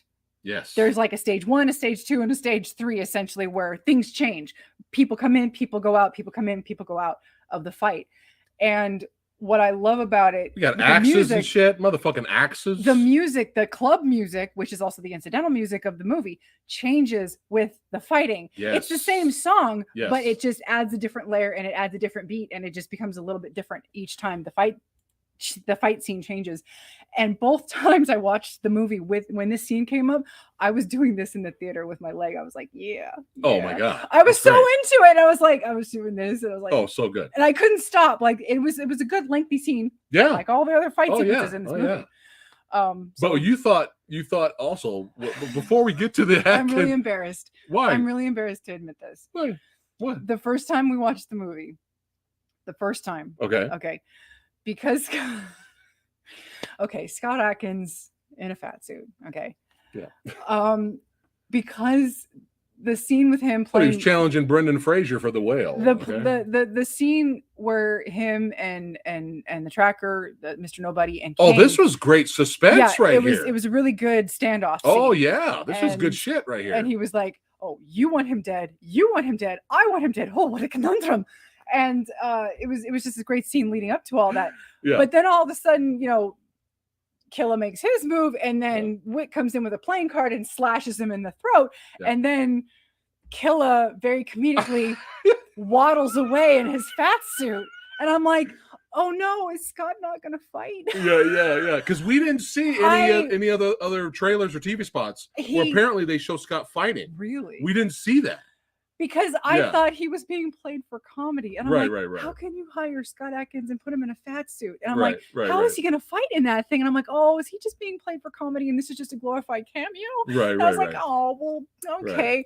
And then that motherfucker, I don't know. Roundhouse kick, son. I don't know how he did it because he's Scott Adkins, I guess. He's Scott Adkins. Roundhouse kick. But yeah, he blew Let's my go. mind in what he was able to do in that suit. I don't know how much the suit weighed. It'd be interesting to find out. Yeah. But yeah. We when he couldn't get away anymore, it was hilarious. Yeah. It wasn't got hilarious. shot in the ass. Yeah, he got shot me in the ass. That's what he said. And then later, I think he throws one of the axes in his ass too, the other ass cheek. Mm-hmm. Oh my God! And then when he falls down the staircase and breaks his neck, he has this goofy look on his face. Yeah, it was just so funny. It was so good, man. But I think the club fighting is being underappreciated and being overlooked because apparently everybody else is like, during all the action sequences, no one's reacting. So I'm like, you're complaining about that right now? You're this far in the movie, and that's your complaint. They did eventually. Yeah, it took them a while. They don't say that though. Everyone that complains about the crowd not reaction during the show. Have you ever been to a concert? You know how many metal concerts I've been to where I see fights and no one's doing a goddamn thing. Nobody's doing anything until finally somebody yells for security, and the security eventually at some point gets there. But we'll have 10 people fighting in a fucking mosh pit. Yeah. And nobody does shit. Yeah. Everybody at this point, you could say they're probably high and the music's loud and they're rich and they don't give a fuck. Okay. They don't care about a few people here and there getting beat up. But if you watch closely as the fight escalates, you could see people react. I would think by the third. You could see, especially when we watch the movie a second time. Yeah. You could see people that are close to John Wick at certain points of the fight. There's 4 or 5 people screaming and like doing this and like, what the fuck is happening? Yeah. And then by the end of the fight, when it escalates and then Killa dies, everyone's running out of the club. Yeah. But nobody's mentioning that. Yeah. Everyone's like, oh, the whole entire fight scene's garbage and shit. 0 stars for this movie because nobody's reacting during the fight. Get the fuck out of here. Don't watch any Bollywood movies. Tollywood, Sandalwood, whatever the fuck. Don't watch RRR. Okay? Don't watch. But I'm like, dude, are you paying attention? Yeah. As the fight escalates, people start to notice. Right? Do you want to talk about it now, or do you want to talk about it later? About what are you how talking about? Some people are complaining about how, you can see in a lot of fights where some people are just waiting to jump in on the fight because it's so choreographed. Well, that was a nitpick, and some of my stuntman buddies mentioned that. Like, if you really zoom in on some of the fight scenes, you could see a few of the guys holding back and then waiting for their cue to go in. But this is not. Are you really comparing John Wick Chapter 5 to 4? Are you really comparing John Wick Chapter 4 to Last Jedi? You know what? Is that what you're doing? If I could be totally like, because there's a big difference between the guys waiting to go in and fight Rey and Kylo, and the Last Jedi. If I can be, then the guys waiting for their cue in John Wick Chapter 4. Completely unabashedly and unashamedly biased when it comes to this movie. I grew up on ninja movies from the 80s, man. That's just kind of a thing. I noticed it. I noticed it too. Especially, it didn't really bother me though. Here's the thing. I noticed it too in the second viewing more so. But if I can be like totally frank with you, yeah, I was more impressed with my thought process is like, and it doesn't take me out of the movie when I do this. I was so impressed and happy with how much care and time must have went into the choreographing of the fighting and the sequences. Then one guy standing over there waiting to take his shot at John Wick. Because not every action movie on the planet is perfect. And yes, I was so happy that I could see the goddamn fighting. Exactly. You don't know how rare that is in American cinema. It's rare. You can see the fights. It's such a treat. It's not edited to shit. Yeah. Or shaky cam to shit. Yeah. Or quick cut edited to shit. And stop complaining about that shit. Yeah. And appreciate what's there. Yeah. It was such a treat to Sorry, see. Jedi. Oh. I'm just bringing it up. Yeah. Because I've heard people, some of my stuntman brothers that brought it up, they're stuntmen, they know.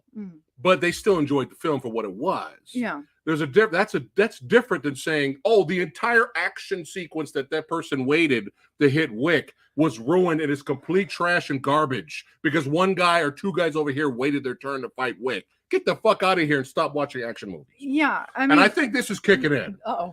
Because I'm getting pissed. And I also think there's a difference. Well, we're having fun. I also think there's a difference. Like when I noticed it more, it was like when it was 2-on-1. Exactly, Rue knows what's up. Shokasugi's son. Yeah. I love Shokasugi. I think it's worse when there's like 6 or 7 people in the background. Exactly. And all of them are waiting. But if it's like 2 people on one and one person's kind of, I don't think it's as egregious. It's fine. And that's mostly what I saw in this movie. So again, I'm just more happy with the. No, it sucks. Fuck it. 0 stars. Fuck this movie. It's crap. Right. It's garbage. Right. So yeah, it's like, yeah, of course I noticed it, but I was more happy with being able to see. Do you know how hard these action sequences were to put together? Yeah. Do you know how long it must have took for them to do this shit and how hard it was? And how miraculous that it wasn't botched in the editing room. That's what I'm saying. Exactly. So it's. Yeah. So just go. Exactly. Go away. Go away. Go away now. I'm sorry. Anyway, let's keep going. So let's keep going. Okay. So great fight with Atkins. So the family demands proof of death, and so after Wick finally dispatches Akilla, the funny scene with Scott with Killa in there, he rips out one of the gold teeth, presents it to the family. They amend his ticket. They give him the crest back. And now he's part of the family again. I'm going to do this for the rest of the stream. Right. So now he's part of the family. And in the meantime, word gets back to Winston. Winston goes to the Marquis and he's like, scroll, motherfucker. Here's your dual summons. And the Marquis's like, why would I do this? And he's like, because it's the rules, bitch. And he's like, he's not part of a family. And he's like, well, I guess he got back in with the family. And so Marquis doesn't really have much of a choice because he has to follow the rules. We didn't mention the Harbinger. Clancy. Clancy, son. Clancy. Mr. Krabs. Clancy. Kurgan. One of the interesting side characters of this movie that you kind of know a little bit by inference only is the Harbinger. Yeah. Who is the bringer of the news of the table. And he doesn't have the power. Obviously, he's not the same. He's not like any character that we've seen before. He's a harbinger. He brings the news of the table. Yeah. And he was the one that. He's got a scar too, so he's been through some shit. And he's missing a finger. Yeah. So you know that he's given shit. Love Clancy. He's given shit to the table. Yeah. And so he's got a lot of history with them. He was the one that told Winston, "Hey, you've been summoned. You got to get out of the evacuate the hotel." And he is also the one that kind of oversees when Wick and the Marquis meet up with each other to go over the rules of what their duel will eventually be. And it's decided pistols at dawn at this specific location. Let's go. And pistols. What I kind of like about the Harbinger is that even he knows that the Marquis is kind of a douchebag. He warns him at the end of towards the end of the movie. He warns him. He's like, what was it? It was like, never let your ambitions exceed your worth. Exceed your worth. Yeah. Yeah. And he's telling him, he's like, the destruction of the Continental, the bloodshed of the Osaka was unnecessary. You know, he's like, all the shit you're pulling, it's kind of ridiculous, you know. Yeah. So he was an interesting character. It would be interesting to see him if there are any more. He's always a presence, no matter what he's in. He's always Clancy Brown's great. And he oversees the actual duel by the end of everything. Hold on. Rue says, if John Wick 5 happens, we will pay for you and Lady Fat Blood to come see this with our group. All right. It sounds like fun, Rue.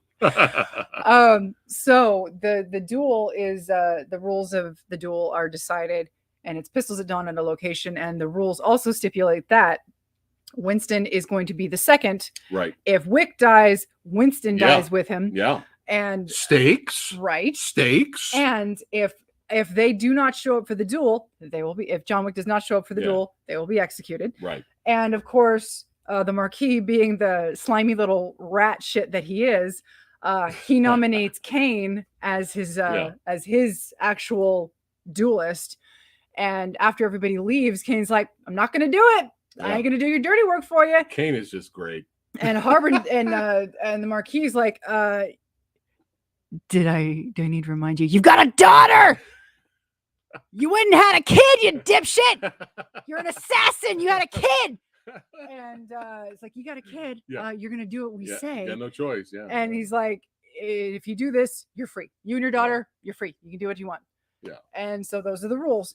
And so what we... really quick, Rue wants to know, is John Wick Winston's son? Oh, no, I don't think so. I don't think so. He's an orphan. They even said they found him. That's right. They found him. He's a rat. You were plucked from the streets. He's an orphan, as the Marquis said. But this scene right here, was next. This was a great scene. Right. So John Wick's lighting a candle for his wife, and Kane's like, "Do you really think she can hear you?" And John's like, "No." And he's like, "Well, then why do you do it?" And he's like, "Well, because I hope I'm wrong." And Kane's like, "Yeah, the dead don't matter. It's the living that we need to be concerned with." And he's like, "You know, if it comes down to between you and my daughter, you're gonna die." Yeah. And John's like, "Well, maybe it doesn't have to be that way." And Kane kind of like laughs maybe it not. off. Yeah. Yeah. Whoa. And Kane kind of like laughs it off. Yeah. And he goes, "I've missed you, John." Yeah. It's just a nice little quiet scene. Yeah. So what an American movie allowing Donnie Yen to act? What is happening? You know. So after that, the Bowery King makes his way to Old Paris. Yeah. And I think they're in Paris. Yeah. And shows up with a new ballistic suit, which is was it Bullet Chic or something like something he called it, like Bullet Chic. And which means he'll be even more impervious to bullets in this movie. Get used to it, folks. It's not going away. Yeah, if you're this far, there's no turning back. I will admit though, my favorite part at the end, giving him the Viper right here. The Viper. Right before the duel, when John takes off his suit and he takes off his vest underneath. Yeah. You hear all the bullets that the suit's caught. You hear them all falling off onto the ground. That was a good touch. Yeah. So we have the scene with Winston, the King, and John Wick in the boat going towards as close to the location that he can get him. Yeah. And you had that nice conversation with I didn't know what to put on Sharon's gravesite, his headstone. It seems so insignificant. And then "Long live the King." I had mine made years ago, as the King states. And John gets out of the boat and he goes, "Loving husband." That's what I want put on my headstone. Yeah. And great. And Winston kind of looks at him like, "You're about to die, you motherfucker." Aren't you? If you die, I die, goddammit. What are you doing? So yeah.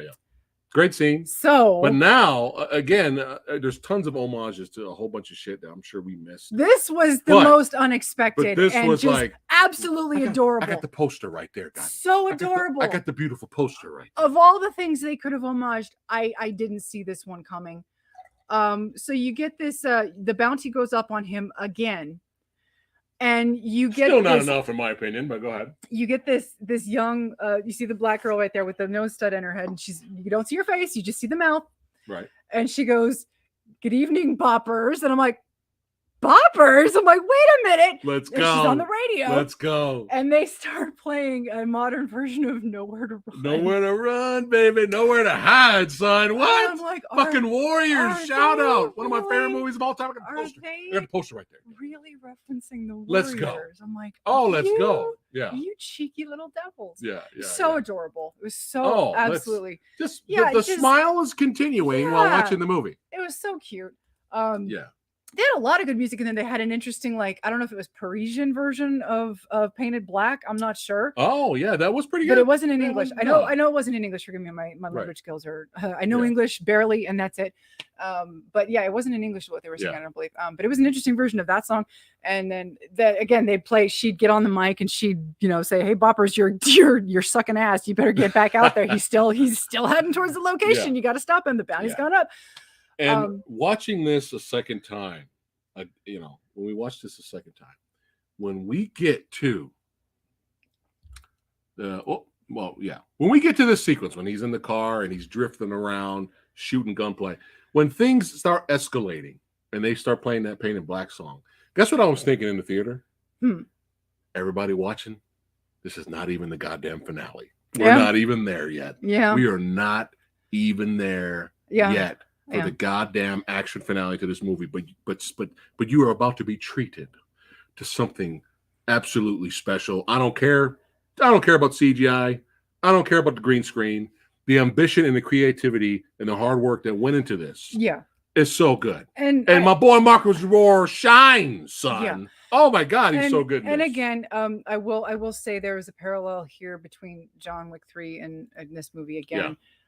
John Wick 3 had a lot of ambition, but it had a really bad green screen problem. They had two scenes in particular. It stood out. It was kind of annoying. John Wick on the horse and John Wick on the bikes. Yeah, and on the motorcycle. Yeah. I think if they had picked one action sequence and devoted a little more budget to one of them. Yeah, it probably would have came out a little bit better. Yeah. I kind of wish they had done that, because when you watch it on 4K, it stands rough. out. It was rough in the theater. Yeah.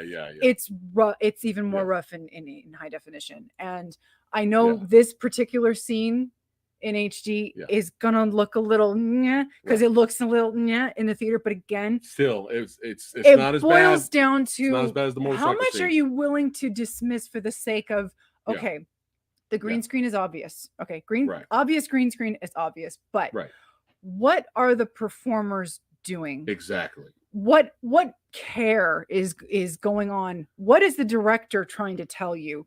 What are the actors and the stunt people trying to show you? Even the dog gets in on the action right here. Poor Marco right What is the story trying to tell you? What is everybody trying to put their whole heart and effort into to entertain you and to show you? And I think that kind of overrode my I honestly didn't think the VFX was that bad. I mean, I didn't think it was that bad. I noticed will it it be worse on 4K watching it at home? Maybe. I think so. But the music soundtrack during this action set piece, what the stuntmen do, what everyone does, what Marcus Rohr does, what Keanu Reeves does, it's so fun. It's so badass. Yes. It's so amazing. Yes. So again, it's like it didn't bother me. Right. That foreign traffic didn't stop. It didn't bother me that the cops didn't show up immediately to stop everything. Hey, you know what? Have you seen how people drive in Russia? No, you know what? Have you seen? I think they don't give a fuck. They don't stop for nothing. Do you remember what happened in the There's first? no lanes. No, do you remember what happened in the first John Wick movie? What? He had a cop friend. Yeah. And as soon as he saw those bodies in his house, he was like, "Hey, John, you working again?" I think that's a good point. I think the cops are in the pocket of the high table. That's a good fucking point. I think they know because to stay out. Were there cops in the sequels? I don't think so. No. I think the cops know. There was no cops. The cops know to stay the fuck away from the high table. I think the cops and their business. Oh, killed it right there. There's no cops to this whole goddamn franchise. So what are you complaining about cops now? Anyway. But, oh my God. Yeah. I love it. I love this whole exactly, Justin. I love this character arc with the dog and Chidi's character. I mean, it's so good. Yeah, and oh my God. He was the character that kept pointing the gun at the dog. Pointed the gun at the dog twice. Pointed the gun the first time when the Marquis. We didn't talk about the scene where the Marquis gives Mr. Nobody the chance to make his own decision for the deal. And Kane was like, whatever he says, don't take it. I would consider. He's like Wick's mine. Yeah. Yeah, he said Wick's mine. Right. And stuff like that. Yeah. Right. Yeah. And and is she brilliant or what? I know, stop right? Stop it. But that just I think in this world, they just know. No, you don't fuck with the high table. What are they gonna do? What are you gonna do? They're everywhere. Exactly. Look at how many assassins showed up at the end of 2. Exactly. And at the beginning of 3. There was like 1,000 assassins following Wick run up the street. Yeah, like half the fucking city, half of New York City is No, fuck it. 0 stars. This movie sucks. 0 stars. There's no cops. 0 stars. Yeah. Okay, anyway. So you had that first scene when but this was brilliant. Yeah. Oh. Yeah. Stuntmen getting hit. Yep. We were loving the fact that Marco got hit during their fight. Oh, I saw behind the scenes of Marco talking about his sequence with Keanu during that fight. And Keanu was like, no, man, you can hit me harder. Oh. Because Keanu's badass like that. He's like, no, it's okay. Because Marco's being respectful. Yeah. And Marco's like, oh, shit, this guy's badass. All right. So he hit him a little bit harder. Keanu's like, all right, it's good. Yeah. Dude, let's go. Oh. But there's no cops in the scene. So all of it's fucking garbage. Anyway. But yeah, the music, everything about that sequence. We were laughing hysterically when Keanu threw Marco into a car. And then later, Marco tries to hit him with the car, and he gets out of the car, and he keeps going. I love how Marco kept going.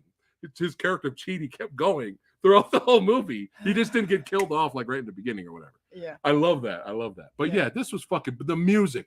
Yo, go out and buy the score right now. We don't even own it. We are not even motherfucking sponsored by John Wick Chapter 4. If you want to sponsor us, we'll take it. We're not sponsored, but go out and buy that soundtrack. But again, what did I say when I was in the theater? I was like, we're just getting started. When I was watching this again, I was like, we're just getting started right now. We're not even there. And then we are treated to some more amazing badassity with some of the most beautiful, gorgeous camera work, some of the most beautiful one-take shots, some of the most just absolutely astounding and amazing sequences going on in this building when we get to this sequence right here. Talk about it, baby. Well, so it starts off. Boom. It starts off simple. Yes. We already had the scene where the lady on the radio is basically transmitting to all the assassins out there, hey, and you see a lot of people gearing up. And in part of the gear up sequence, you see these guys practicing their incendiary shotguns on these dummies, and it's exactly. like, ooh, interesting. Yeah. But it's like a blink and you miss it. Incendiary rounds. Yeah. Yeah. Oh, it's so and great. So they get into this building, and you realize Mr. Nobody's in there also because the dog shows up.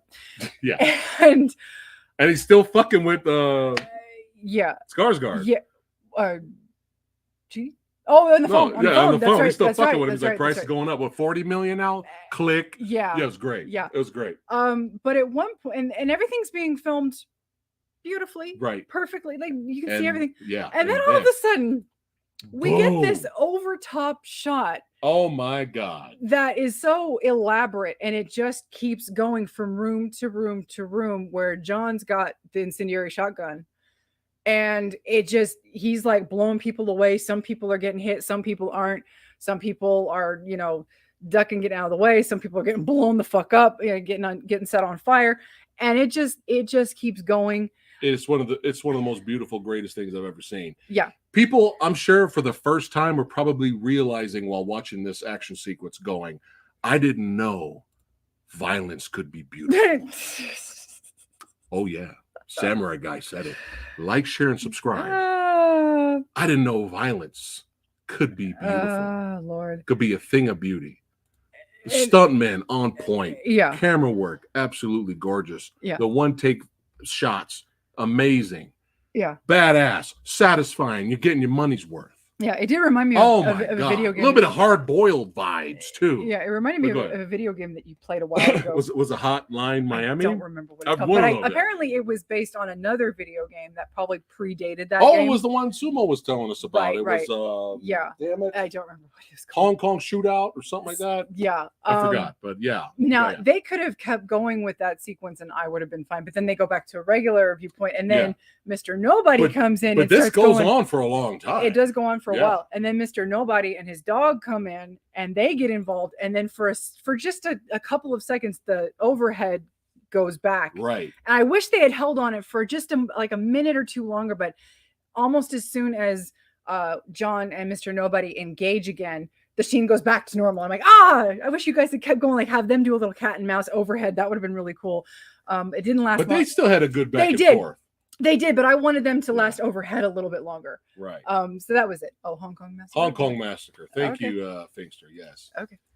Yeah, definitely got some hard-boiled vibes, which to some is one of the greatest action movies of all time. And I'm not going to argue with that because hard-boiled is all you younglings that are brought in with the John Wick franchise.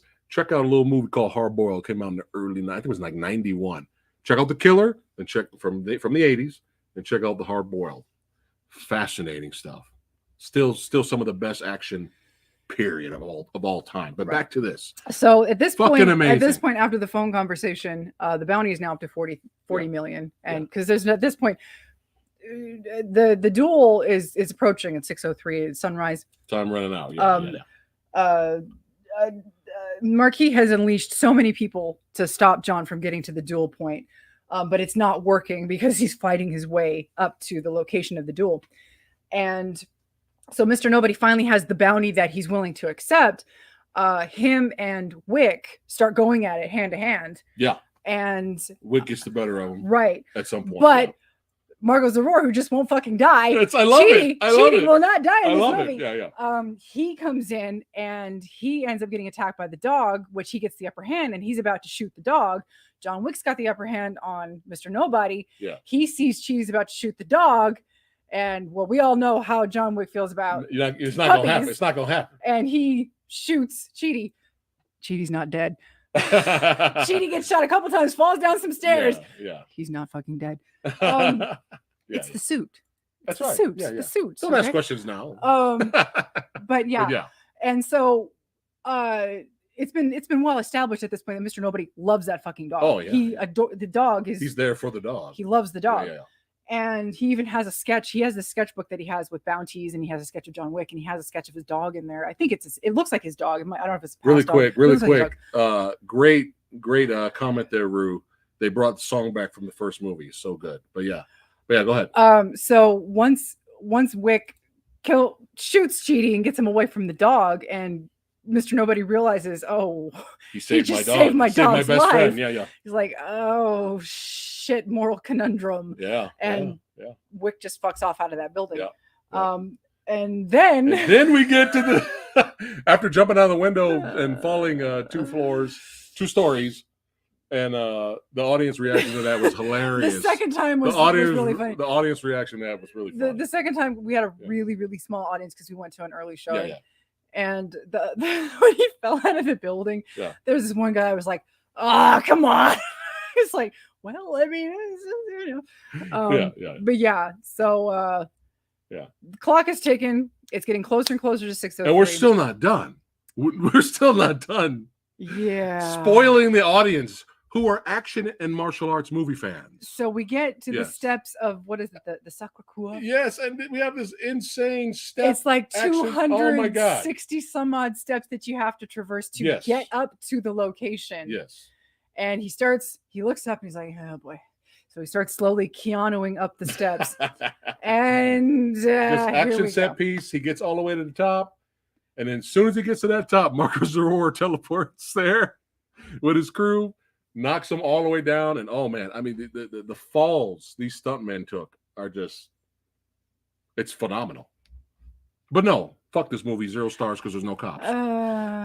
But yeah, I mean, it's just phenomenal stuff. And then, and the audience reaction to him falling on the steps is hilarious too, because they're like, oh my God, what the fuck? And then we get a little bonus. Donnie Yen shows up. He's like, look, man, look, motherfucker. I need to protect my daughter. Okay. I need you to make it up those steps. So they tag team out of WWE. They tags Donnie Yen, baby. And they tag team their way up the steps again. And we keep going. And Donnie Yen and Zeror throw down a little bit more. And of course, the dog gets the upper hand on some nuts. And poor Chidi gets his nuts fucked up. And then Mr. Nobody takes him out for, he's like, what do you say? He's like, just for hitting my dog or something like that. You hit my dog. You hit my dog. And then we just amazing stuff. Amazing stuff. And then we finally get to the final duel, straight out of a spaghetti Western style with that music score and just suspense building. And they shoot him and Donnie and this first starts Kane. It first starts at 30 paces. Right. You have the seconds that give them 1 bullet per, obviously. And 30 paces, they fire. And 1 bullet goes here, 1 bullet goes there. Yeah. At first it's an arm and an arm. And then they have to go to 20 paces. So they get the bullet, fire. And another one in the side, and then another one in another non-vital area. Yeah.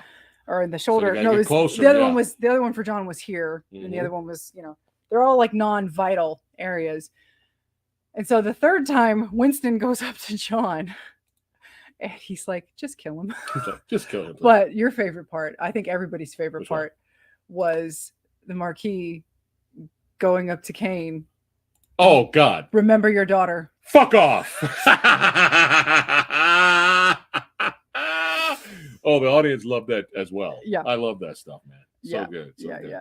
And then at the 10 paces at this point, neither one of them want to kill each other, but they know there's really no way out. John's been kind of mulling this over in his head the whole time. Yeah. And John goes, those who cling to life die, and then those who cling to death live. Oh, we forgot about this. Oh, what? Dog urinating. Yeah. Cheaty. But yeah, go ahead. Yeah. That was funny. So 10 paces fire. Yeah. And you notice that John falls over with a wound to the side, but Kane is suspiciously without a third wound. Well, we notice that. Winston notices that, but the pompous Marquis de asshole doesn't notice that. And he goes, "I claim the coup de grace." And he takes the last bullet and he goes, "Ah ha ha, give me that gun." Yeah. And Kane goes, "Me and my daughter free?" And he's like, "Yeah, get the fuck out of here." Yeah. So he walks up and in pompous John asshole off. Fashion. Yeah. Winston goes, "You pompous asshole. He didn't fire." And John Wick sits up and goes, "Consequences." Yeah. Yeah. Yeah. Boom, blows his head away. Audience loved it, cheered. Yeah. And it was so good. It was so good. I think even Clancy Brown, did he have like a smirk on his face? He was just kind of like, "You idiot." Yeah. He's like, "You idiot, Marquise." Yeah. Just great way. Yeah. Great way to end the duel. And he gets his kill. He kills the guy, and everybody's free. Kane and his daughter are free, and John is technically free. Winston get his hotel Winston's back. free. He gets his hotel and status back. And it's all at the expense of the table. Right. They're going to give him his status and his table, and they have to pay for everything. But that last fire from Kane, that last shot, was pretty vital. And the tracker was also sitting on the side watching. And when got killed, Skarsgård, he seemed really disappointed when he thought that John had lost in the end. But But the tracker was laughing. He was like, "That was pretty good," when they fooled but that last shot from Kane was vital, and so Winston looks at John in a weird way. They always have that thing. Yeah. Winston, Jonathan. Yeah. They've had that thing since the first movie. Yeah. And John's like, "Will you take me home?" And Winston kind of looks at him and looks at the wound in his side, and he's like, "Of course." And then you see John kind of stagger down the steps a little bit, and you see him look over to the sun that's rising, and he has this flash in his head of his wife, and he just kind of slumps over Yeah, slumps over, man. And at this point, the first time watching it, I'm like thinking in my head, well, we've got a 5th movie coming, because at this point we didn't know about it. Yeah. And we now still thought it was going to be a 2-parter. Here's the problem. Yeah. Watching it the second time, I also know that money talks and bullshit walks.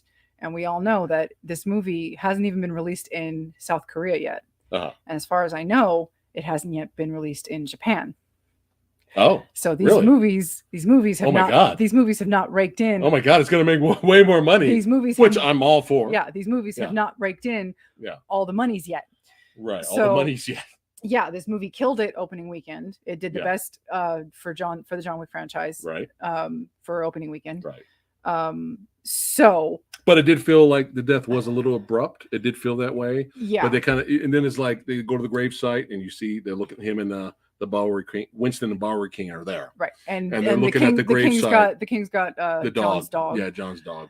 And they're looking at the gravestone next to his John Wick's wife. Right. And it says on his stone, loving husband. Right. And I don't remember the diet. What did he say to him? He said, "Where do you think he is, heaven or hell?" And Winston goes, "Who knows?" Right. And then they walk away together. And King is laughing. And you see the dog. The dog looks to his left over a little bit. And it's like, what's going on there? Yeah. But again, my problem is that I feel like the ending could have been for John. And this is a nitpick for me personally. Okay. I feel like if this had been a true ending, the death scene could have been a little bit stretched out, have a little more wind blowing, have a little more beauty, like the trees, cherry blossoms, like flying over in the side. But it didn't have that, so 0 stars. I know, right? Have the and the sunset VFX was bad, so 0 stars. Fuck this movie. So and then again, knowing that a 5th movie is always on the table if this movie makes a lot of money, because we can't just let things go. Right. So I want this to be the last movie. I hope it's the end. I hope. And do all the spinoffs you want. The Continental's back. Well, everybody wants that Kane spinoff. We want the Kane spinoff. We have the end credit sequence, which we were talking about, where it was like the first time we watched it, the credits started to roll. And I was like, and we were talking about the potential for future movies, because we already know the ballerina is coming out, and it's already in the can. It's just a matter of post-production. Right. And we were talking, and he was like, "Oh, well, maybe what could they possibly do in the future?" And I was like, "Well, you remember what Akira told John Wick on the subway?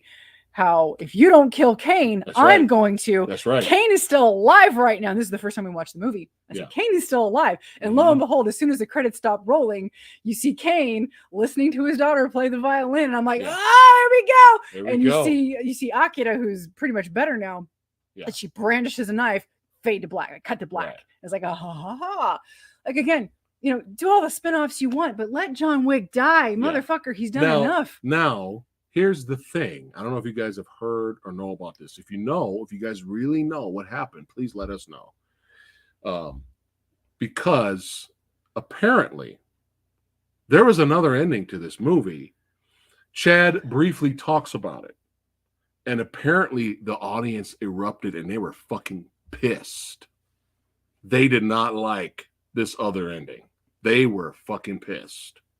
So Chad was like, all right, let's make some changes, which could be believed why things feel a little abrupt in this one, because maybe he had to cut and change whatever he had to do. Yeah. So I don't know if you guys know. So if you guys really know what the other ending was, please let us know or message me on Facebook or Instagram later. Yeah. But apparently the audience was not happy. They were fucking pissed. Yeah. So I'm like, what could have happened?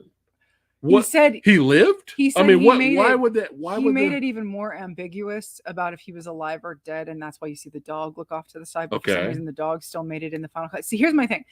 I would have preferred one of two things.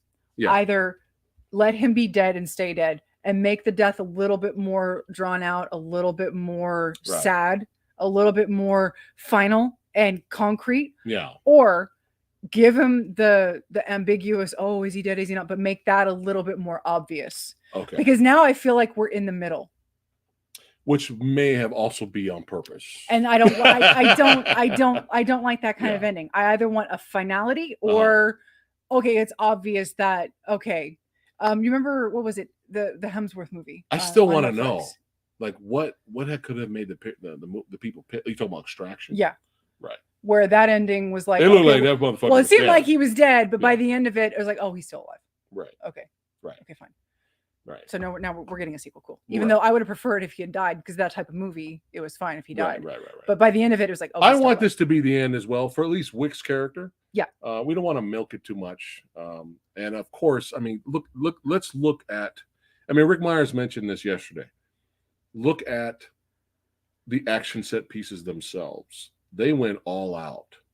There's nowhere else to go with Wick at the helm. And you're almost running out of because you're going to run out of ideas of how to make the action sequences bigger and better and better. They went all out for this. And you're almost running out of martial arts kind legends to put in your roster. Right. Like, right.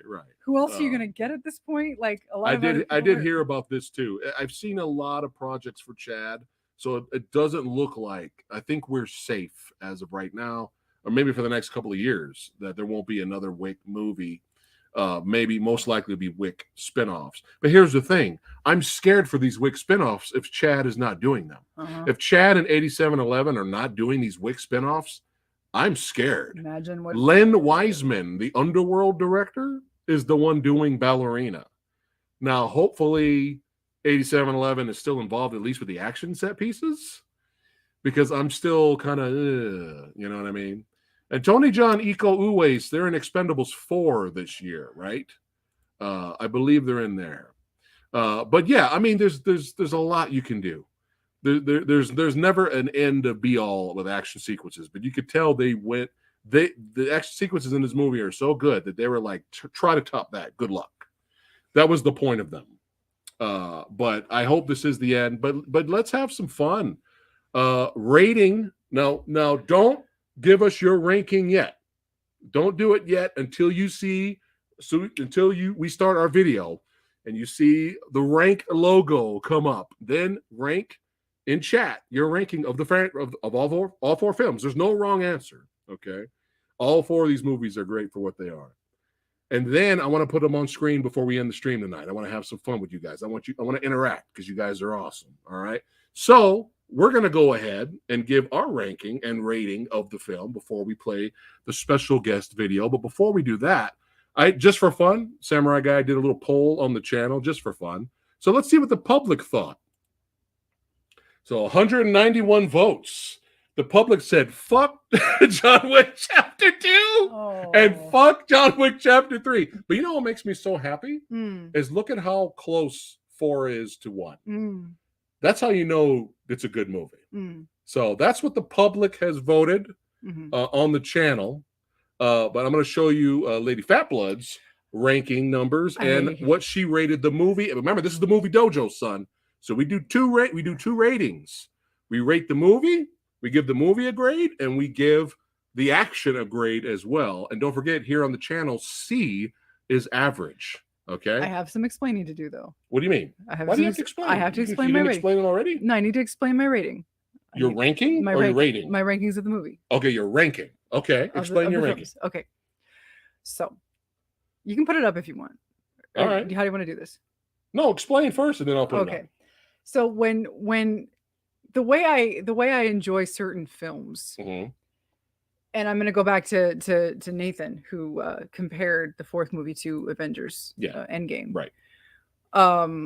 Which I enjoy also, and I agree this is a bit Endgame-ish in how they just put everything into this movie, and it's satisfying, right?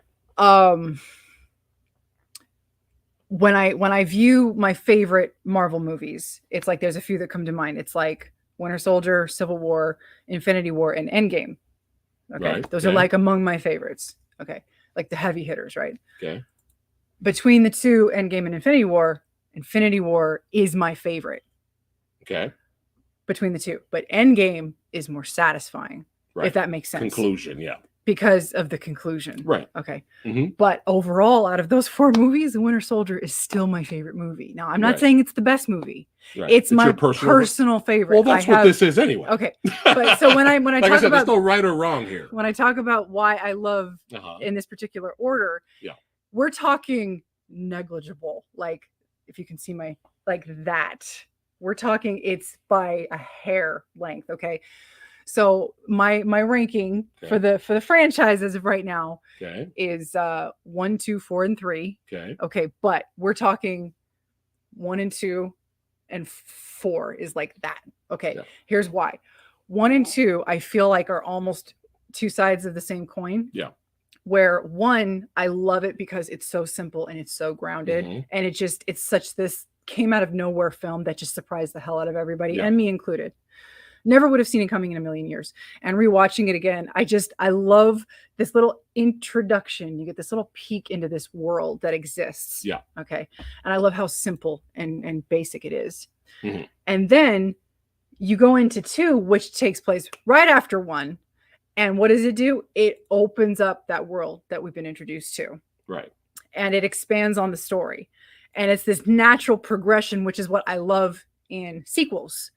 It's everything you want from a sequel. You want this natural progression. You don't want the same thing that you got in the first movie. You want a progression. You want world building. You want to open up. And that's what 2 did. And I adore the uneasiness of the ending of part 2. Part 2, John Wick, he kills that motherfucker that he had the on continental grounds, right? And he kills him, like he doesn't even let him finish his sentence, and he's like, "Nope, bye." And he's like, Winston's like, "John, you're excommunicado, motherfucker. What are you doing?" Right. And as of the end of that movie, Winston kind of like gives him a head start. He's like, "I'm sorry, this is the best I can do for you."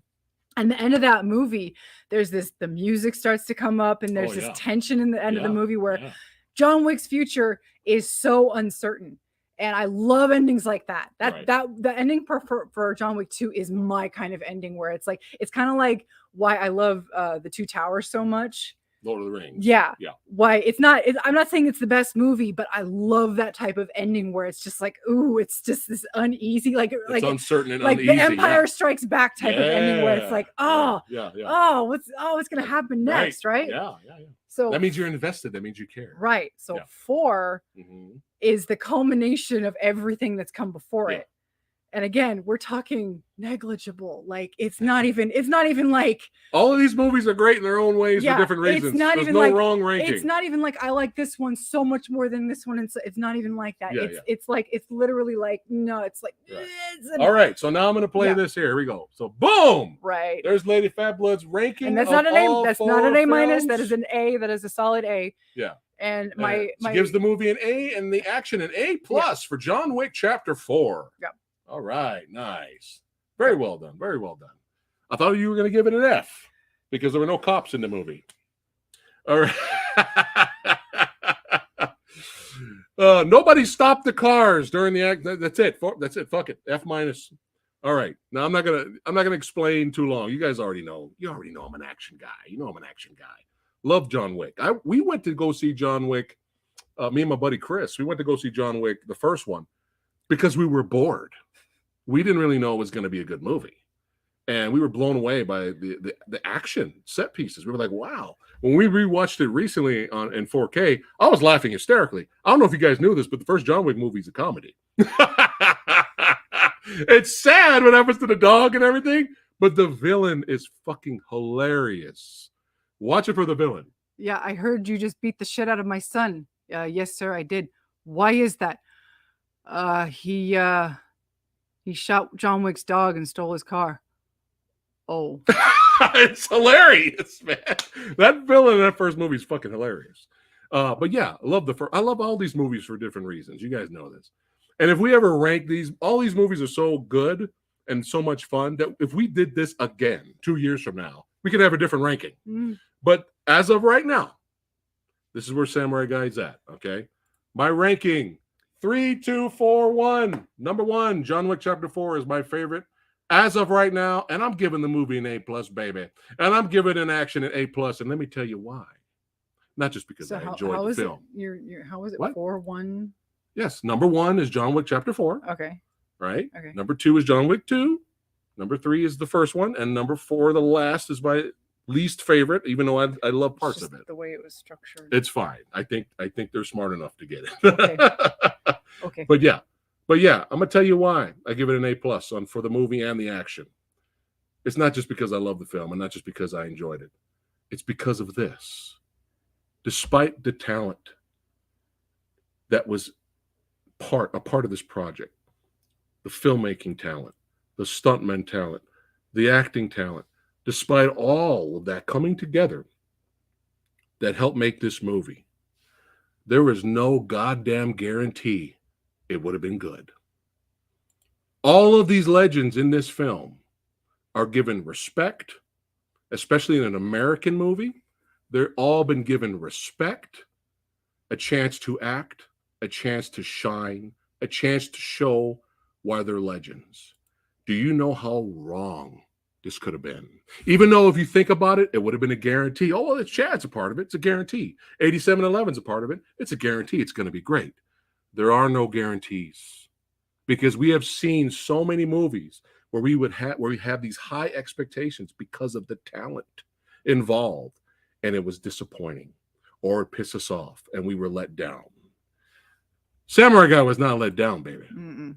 Samurai Guy was satisfied with all of the action, all of the characters, the story, the cinematography, the music, the editing, showing the action, not fucking with the audience and treating them stupid by fucking treating them like idiots. Okay? Respecting the audience to be like, oh, hey, if we show the action and we don't fuck it up in post-editing, or we don't fuck it up while filming it badly, let's respect the audience. Let's let them enjoy and bask in what these badass martial artists and actors and filmmakers and stuntmen are working so hard. You see them bumps, some stuntmen fell down the stairs and all that? They're working their asses off, putting their bodies on the line for our enjoyment, for our entertainment. And like I said, there was no guarantee this was going to be great. And the fact that it was great is why I rate both the movie and the action an A+.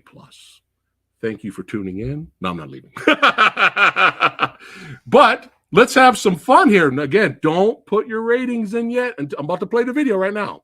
Once I hit play on our guest ranking videos, shout out to all these legends that have participated in this. I thank you so much.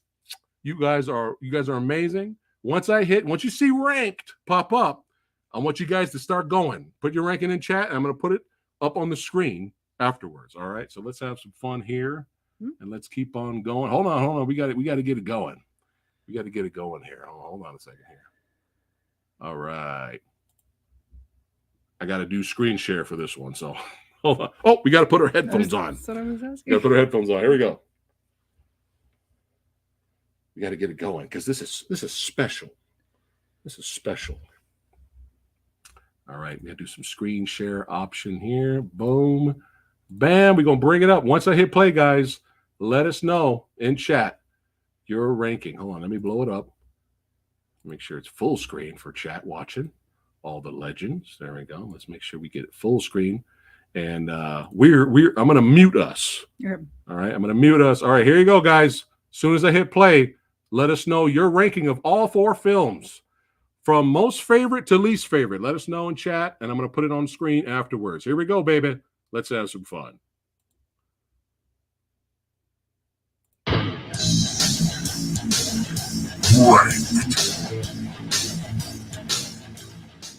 So what's up, your movie-loving badasses? It's your boy Ninette from Berlin, Germany. I'm going to rank the John Wick franchise now for you. Number 4 is number 2. Number 3 is number 3. Number 2 is number 4. And number 1, the classic, is for me number 1 because I love that fucking movie so much. Hey, Movie DOJO Army. This is Jake.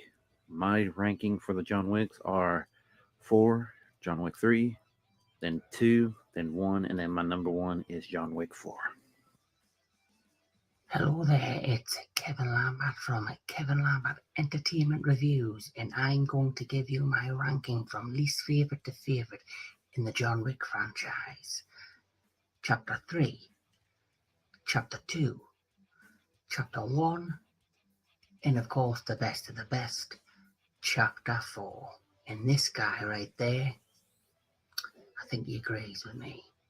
Hi guys, it's Therese from Silver Harvest. Here's my quick ranking of all the John Wick movies, 1, 2, 3, and 4. Now, even though the first John Wick movie will always have a special place in my heart, not only because of the cute little puppy, but the introduction of action, almost bringing back the likes of John Woo-esque action.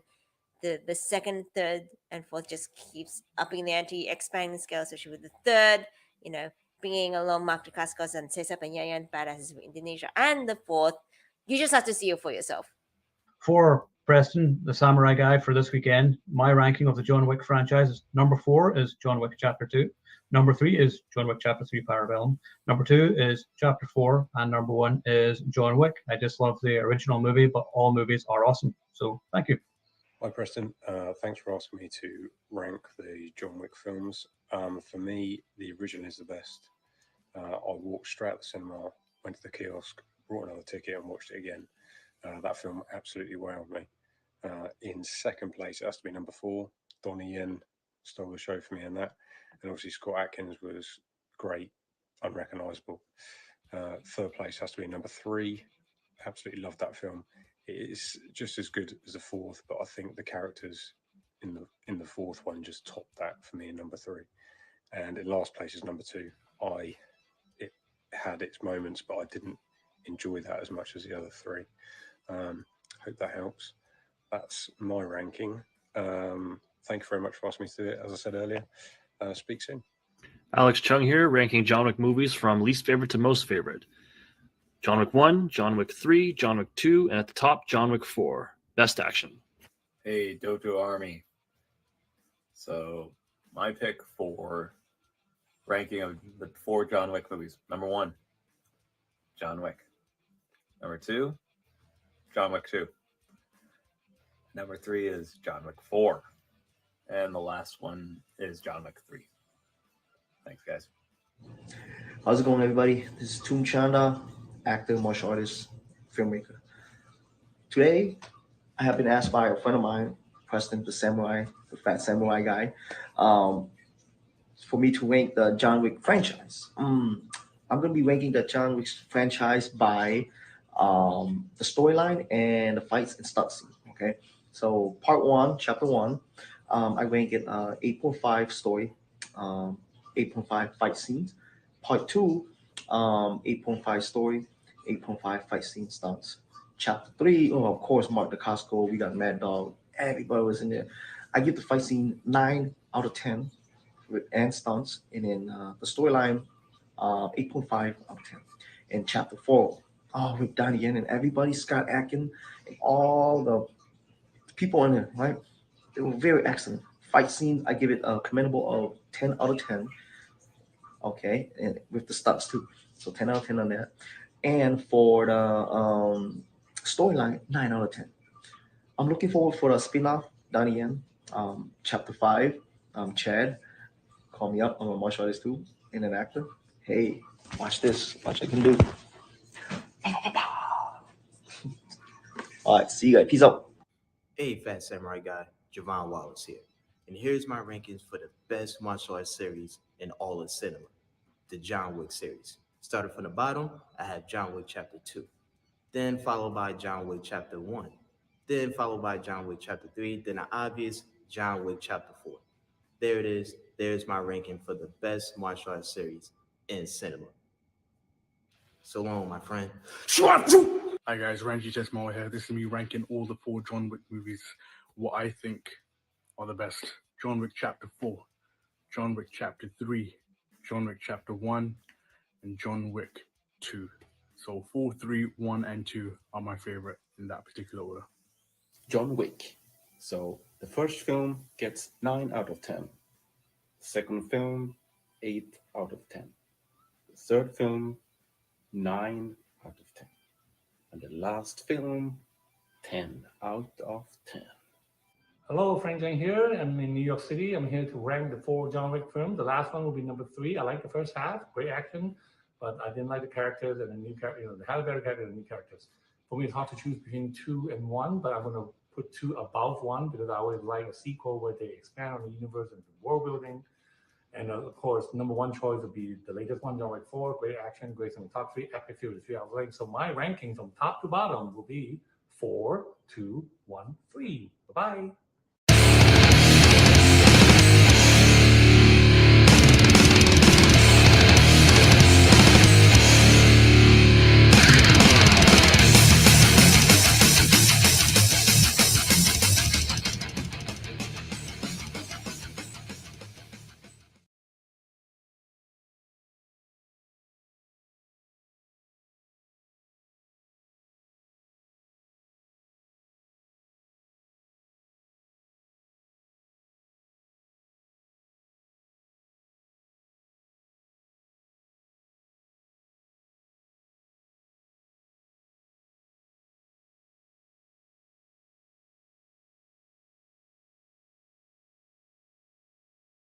Sorry, guys. I was so excited. I had it still on mute there. All right. Again, rewind. Cut. That was awesome. Again, a big shout out to all the filmmakers, the stuntmen, the badasses. Yeah, you guys are. Thanks again for doing this. You guys are amazing, and of course, are the Movie Dojo Army members, son, the certified badass channel members. That's right. Thank you again for participating for this video. You guys are awesome. See, I was so excited. I was like, God damn it. But this was an absolute blast. You guys are awesome. Oh, I forgot one more thing. For the Movie Dojo episodes, we rank the movie, we rate the action, but we have an MVP award every episode. I'm going to start doing more of now. And of course, y'all know who the MVP is. Donnie Yen. That's right. Kane's son gets the MVP award of the film. All right. That is it. Hey, I hope you guys had fun here. I hope you guys enjoyed yourself. Don't forget to like, share, and subscribe. All that good stuff. Look above. Hit that join option or go over there on Patreon and see if you want to become a member for some exclusive perks, exclusive movie reviews, and all that good stuff. You guys are all legends. Thank you so much. We are honored to have you guys here to hear us rant, hoop, and go crazy because we love talking about cinema with you guys, and we love hearing you guys. Don't worry. I'm going to put some of your ranking up here. I didn't forget. But yeah, thank you so much, guys. So really quick before we end it, I got to put you guys' ranking up here. So Lady Danish's ranking, boom, bam, bam, bada, bing. There we go. We got Lady Danish right there. Boris the Blade. That's a cool fucking name. Oh, look at his ranking. I love it. We got Geeky Andre's ranking here. Love it. NSG's ranking. Yo, all right. There we go. Agissa's ranking there. Nice. We got Skyla's ranking here. Shout out to Skyla, best to worst. Yeah, you guys got some great rankings here. Here's Justin's here. Nice. I love it. Let me go back up here. Boom. Atario's ranking. Love it. We got the Finkstonator's ranking right here. Love it. Best to worst from Come On, Man. Love that. Love that. Oh, yeah. Let me see. I think that's it. I'm going to go all the way up just in case you had some early rankings. I want to make sure I didn't miss anyone. Let me go up. Oh, man, we had a lot here. We had a lot of comments here, but I think that is it. But oh, my goodness. We just got a new certified channel badass member. Are you, son? Thank you so much. You know what, are you? You know what? You're so awesome. You know what? You're getting the Redford.